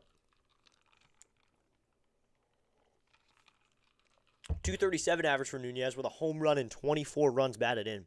Shugart comes set. It'll be a 2-0 here to Smunez. Here comes the pitch. Swinging a bloop out to left field. That's going to drop for a base hit. Turner will grab it. He can't get it. Will Ruiz try to score? Ruiz will stop at third, but Smunez delivers with a little bloop hit out to left field. Smunez with his second hit of the day. He's 2 for 4. So Nunez's hot hitting keeps coming. So Nunez just bloops that one out to left. And now there's runners on the corners here with 1 out for James Wood up to the plate. I mean, I like him. I haven't had a chance to really research into it, but I like him. Ha! So now runners on first and third here with 1 out. 273 average, 20 home runs for Wood. Shugart sets. Here comes the pitch to Wood. Wood takes a pitch outside. On the run is Nunez. The throw is not in time. And Nunez, they're not even going to try to tag him. Nunez swipes another bag. Turner didn't even try to swipe the tag. So that pitch was called a strike, apparently. So it's an 0-1 count. Well, now there's runners at second and third here with a 1 out for James Wood to try to drive him in. Nunez just good at stealing bases. That man is just good at swiping bags. So they called that a ball. I guess. Actually, now we're going to get an intentional walk here of James Wood to get to Curtis Mead with the bases loaded. James Wood will be intentionally walked to go to Curtis Mead with the bases loaded. The guy, so here's the situation. You got a guy who's 2 for 4, or you got a guy who's 1 for 4 with a bomb. That better hurt him now. Here's the pitch, and that's outside, ball 1. Ha, he is. So it'll be 1-0 here with 1 out. Mead up to the plate. He's 1 for 4 on the day. Shugart sets. Here comes the 1-0. Mead's going to take a sweeper in there called strike 1. The mission coach, that was the guy who was hired to take the Mavericks' position. So Ruiz stands at third, Nunez at second, and Wood, who was intentionally walked, is now at first. Interesting strategy here. Here's the 1-1. Mead swinging a barrel, or excuse me, that's kind of a jam shot foul. So it'll be a 1-2 count. Loss of words there. With how our offense, what's up, Suited Duck? With how our offense has been recently, I knew a game like this was in the future. Yep. Thanks for tuning in, Suited Duck. So it'll be 1-2 with 1 out. Shugart sets. Here's the pitch to Mead. Mead swinging a pop-up foul. Running over is the first baseman Harper. He checks on it, but that one will get out of play. So it'll 1-2 again. Come on, boys. Try to drive in one more. Just make it no longer a safe situation. 1-2 with 1 out. Nationals has taken one of this series would be nice. Taking 2 of 2, I feel like that's realistic. 2 of 4. I think taking 3 of 4 from this series would be good, though. So Shugart here will face Mead. They really wanted to walk Wood to face a Mead who already has a bomb in this game. I mean, you could think of it that way. He already does have a bomb. Or glass half full. He has a bomb. The 1-2 is outside. Ball 2 with a sweeper. So that'll even up the count. So we'll do 2-2 again. What's up, District? In Seattle right now. What's up, Dan? Thanks for tuning in, man. 473 subs now. Keeps going up. 472, 473. The 2-2. Called strike 3. Mead doesn't like the call, but he can't ABS it. So that's strikeout number 1. So now that'll bring up Dylan Cruz with the bases loaded. He has a single and a double. Triple his homer away from the cycle here, but that was not a strike on the outside corner, but ringed up by Rehack. What's up, Dan? Thanks for tuning in. Dan always tunes in usually for every stream. So now, coming set of Shugart. Bases loaded for Dylan Cruz here. Here's the pitch. Cruz takes a cutter outside. Ball 1. It's a 1-0 count here with 2 outs. Cruz, 211 average, 5 home runs, 17 runs batted in. With a 6.31 OPS, he's got 2 hits today, a single and a double. Be really nice if Cruz could get something done right here. Shugart looks for his sign. He's got it, and he comes set. It'll be a 1-0 to Cruz. Here's the pitch. Cruz takes a fastball low and outside. It'll be a 2-0 count. Let's have Cruz just go crazy right here. Looks like Beater and Schultz are now warming up. I think Jason Kidd was a good coach. Yeah, I agree. He was a decent coach. But I mean, at 26 and 56 in his last year. It's like Beater and Schultz are both going to watch this play. Here's the 2-0. Cruz swinging a miss and a sweeper low and out. So it'll be a 2-1 count. I mean, if this becomes no longer a save situation, go to Schultz. But if it stays a save situation, go to Beater. So it'll be 2-1 with 2 outs to Dylan Cruz. Shugart sets. Here's the pitch to Cruz. Cruz swinging a foul off of the catcher, Marcan. So it'll be 2-2 now with 2 outs. Deuces situation, 2-2, 2 outs. But the bases are loaded. Cutters, four-seamer, sweeper, and sinker for Shugart so far to Cruz. So I bet he goes back to one of those 4. Maybe he doesn't.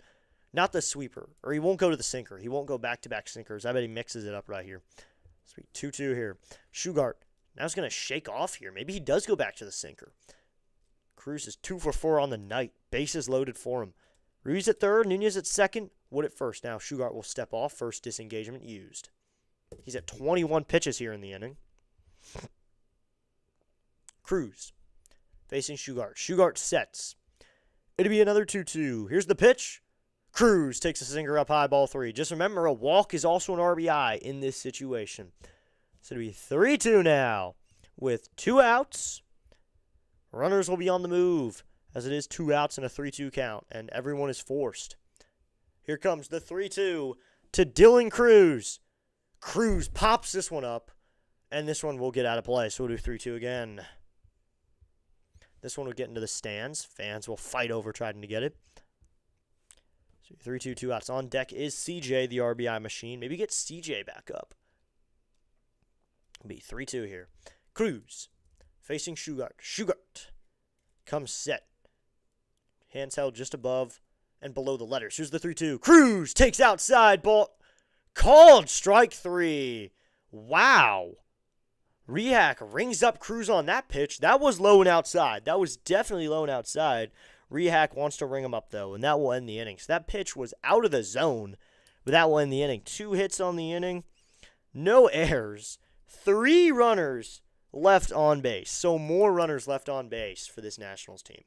We'll head to the bottom of the 8th inning, or now we'll head to the 9th. It is now the Nationals 4. The Phillies 1. We'll head to the 9th inning. So I bet they'll go to Beater right here. Get Beater out of the pen. Beater in for the 9th. Let's go. Come on. Whoever it is, they can hold it. Hey, oh, let's go. Hey, oh, let's go. Here we go. Let's go. I know the Nats can pull it off. Let's try to just hold it right here. That should be the goal. Just hold it. Don't think about anything else. Think about those 3 runs and hope they don't score. Head to 9th. As we do, I'll head to this screen. So if you have not already, go vote CJ Abrams and James Wood for All-Star starter. Because I know most people haven't. You can vote up to 5 times a day and use all 5 of them to go vote Abrams and Wood. If you're a DC sports fan, this helps everyone out because these 2 boys need to be All-Stars. Some of the best guys in the league. Easily some of the best guys in the league. Best hitters in the league, I think personally, some of the best. You got to get them into the All-Star game. I don't care what it takes. If it means me reloading at midnight, getting 5 more votes at 12:01, I would do it. I want these dudes starting in the All-Star game. Looks like so far Lovelady's still in the game. No updates besides that, but I believe they're going to go to Beater here. I mean, 3 pitchers, 9 innings. What they pulled off, this would be amazing. Are they really going to go back to Lovelady here?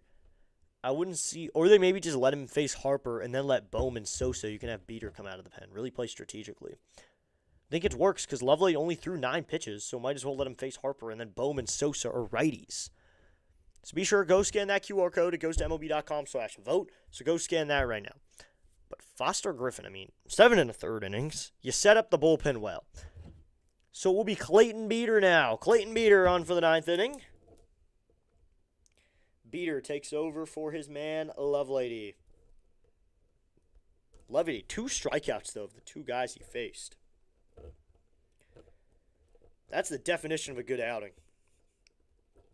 Beater now will take over. 2-1 record. He's 5 of 7 in saves. Kind of our closer here. I mean, you don't get too many opportunities, but if you had to call one guy our closer, you'd probably call it Beater. Beater comes set. He'll face Bryce Harper here. First pitch. Harper swings and misses at a slider in the zone. It's 0-1. He took a big hack at that one, but can't get anything out of it, and it'll be an 0-1 count.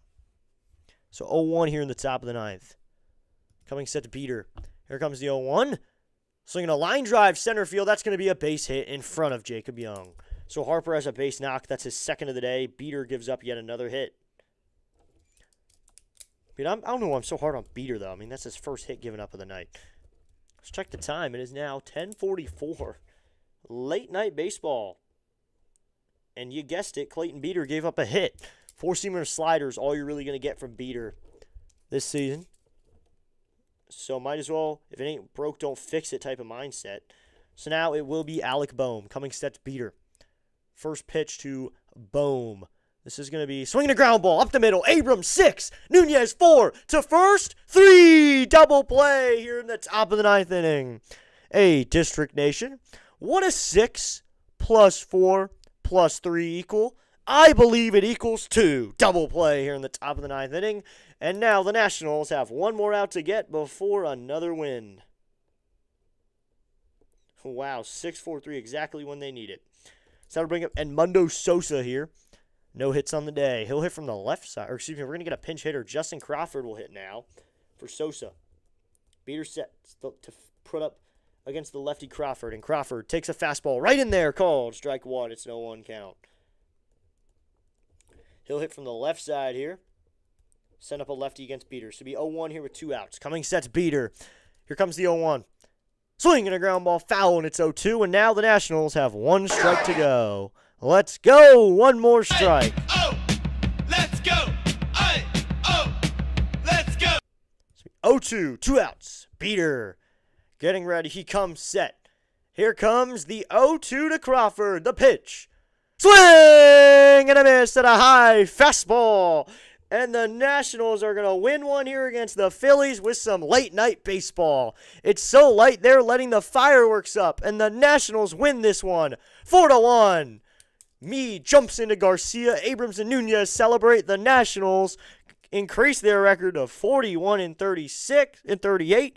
And now the Phillies fall to 42-35. For 36. Sorry, had to search for the numbers there. But the Nationals get a win here in D.C. Game 1 of this series. Hey, oh, let's go. Hey, oh, The let's go. Nationals get a win. They finally get one. The fireworks up. A curly W will be in the books, everybody. The Nationals get the win here in D.C. Screech will wave the Nats win flag. The Nationals get their 41st win of the season, and they are gaining ground on these Phillies. I mean, Phillies are 42-36, and the Nationals are 41-38. So this is game 1, and game 1 goes in the Nationals' favor. And here we go, everybody. Let's go to this screen now. So we're into the post game. The Nationals, there's one name to talk about here, and that name is Foster Griffin. Foster Griffin goes 7 1/3, 4 hits, 1 run, 9 strikeouts. Foster Griffin had some sort of outing today. That was a gem. Foster made a play to be an all-star this start. If you didn't think he was an all-star before, I think you got your case then. 7 1/3, 4 hits against one of the better teams in the league. The Nationals get the win here. Looks like something's going on screen. Some players are grouping around, but now they're done. So something was going on with one of the screens, but the Nationals need to confirm a win maybe. But a strikeout here, and the Nationals get the win in 8.5. Dr. DeLay saying W, yep. The Nationals put it away. The Nationals get the win. A curly W in the books, and the Nationals get their 41st win of the season. So the Nationals will be back tomorrow. Try to protect this win. I mean, take one game of the series now.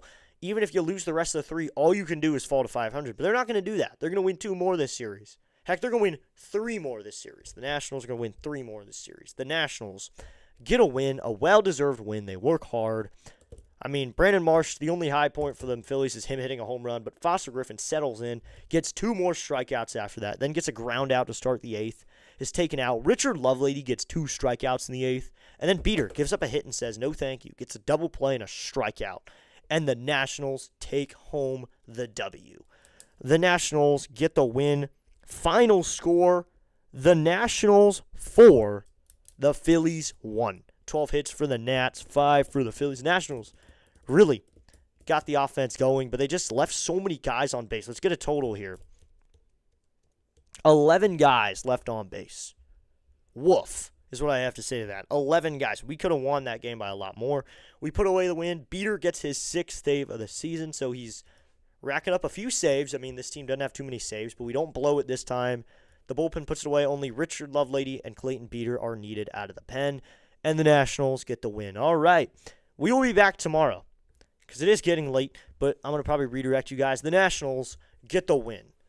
Good game. I'm going to say that. Let's start with that. Good game. I mean, the Nationals do what they need to do. They put away what was needed.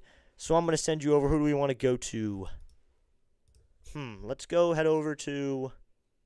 Let's over to BW today. Let's over to Orioles Birdwatcher. All right. I'll be in there in a second to tell them, but be sure to tell them that District Nation redirected you. I haven't talked to him in a little while, but I'll be playing him this weekend, so I'll probably talk with him at some point. Head over to Orioles Birdwatcher. Can't mess up the names. Thank you so much for tuning in. We'll be back tomorrow, hopefully 6:45. Hopefully no rain blows us out this time. We'll be back 6:45 p.m. tomorrow, 6:30 to start time on the stream. Thank you so much for tuning in. Final score, the Nationals 4, the Phillies 1. We'll be back tomorrow, 6:30 p.m. Eastern Standard Time. Game 2 of the Nationals and the Phillies. Have a great rest of your night, everybody.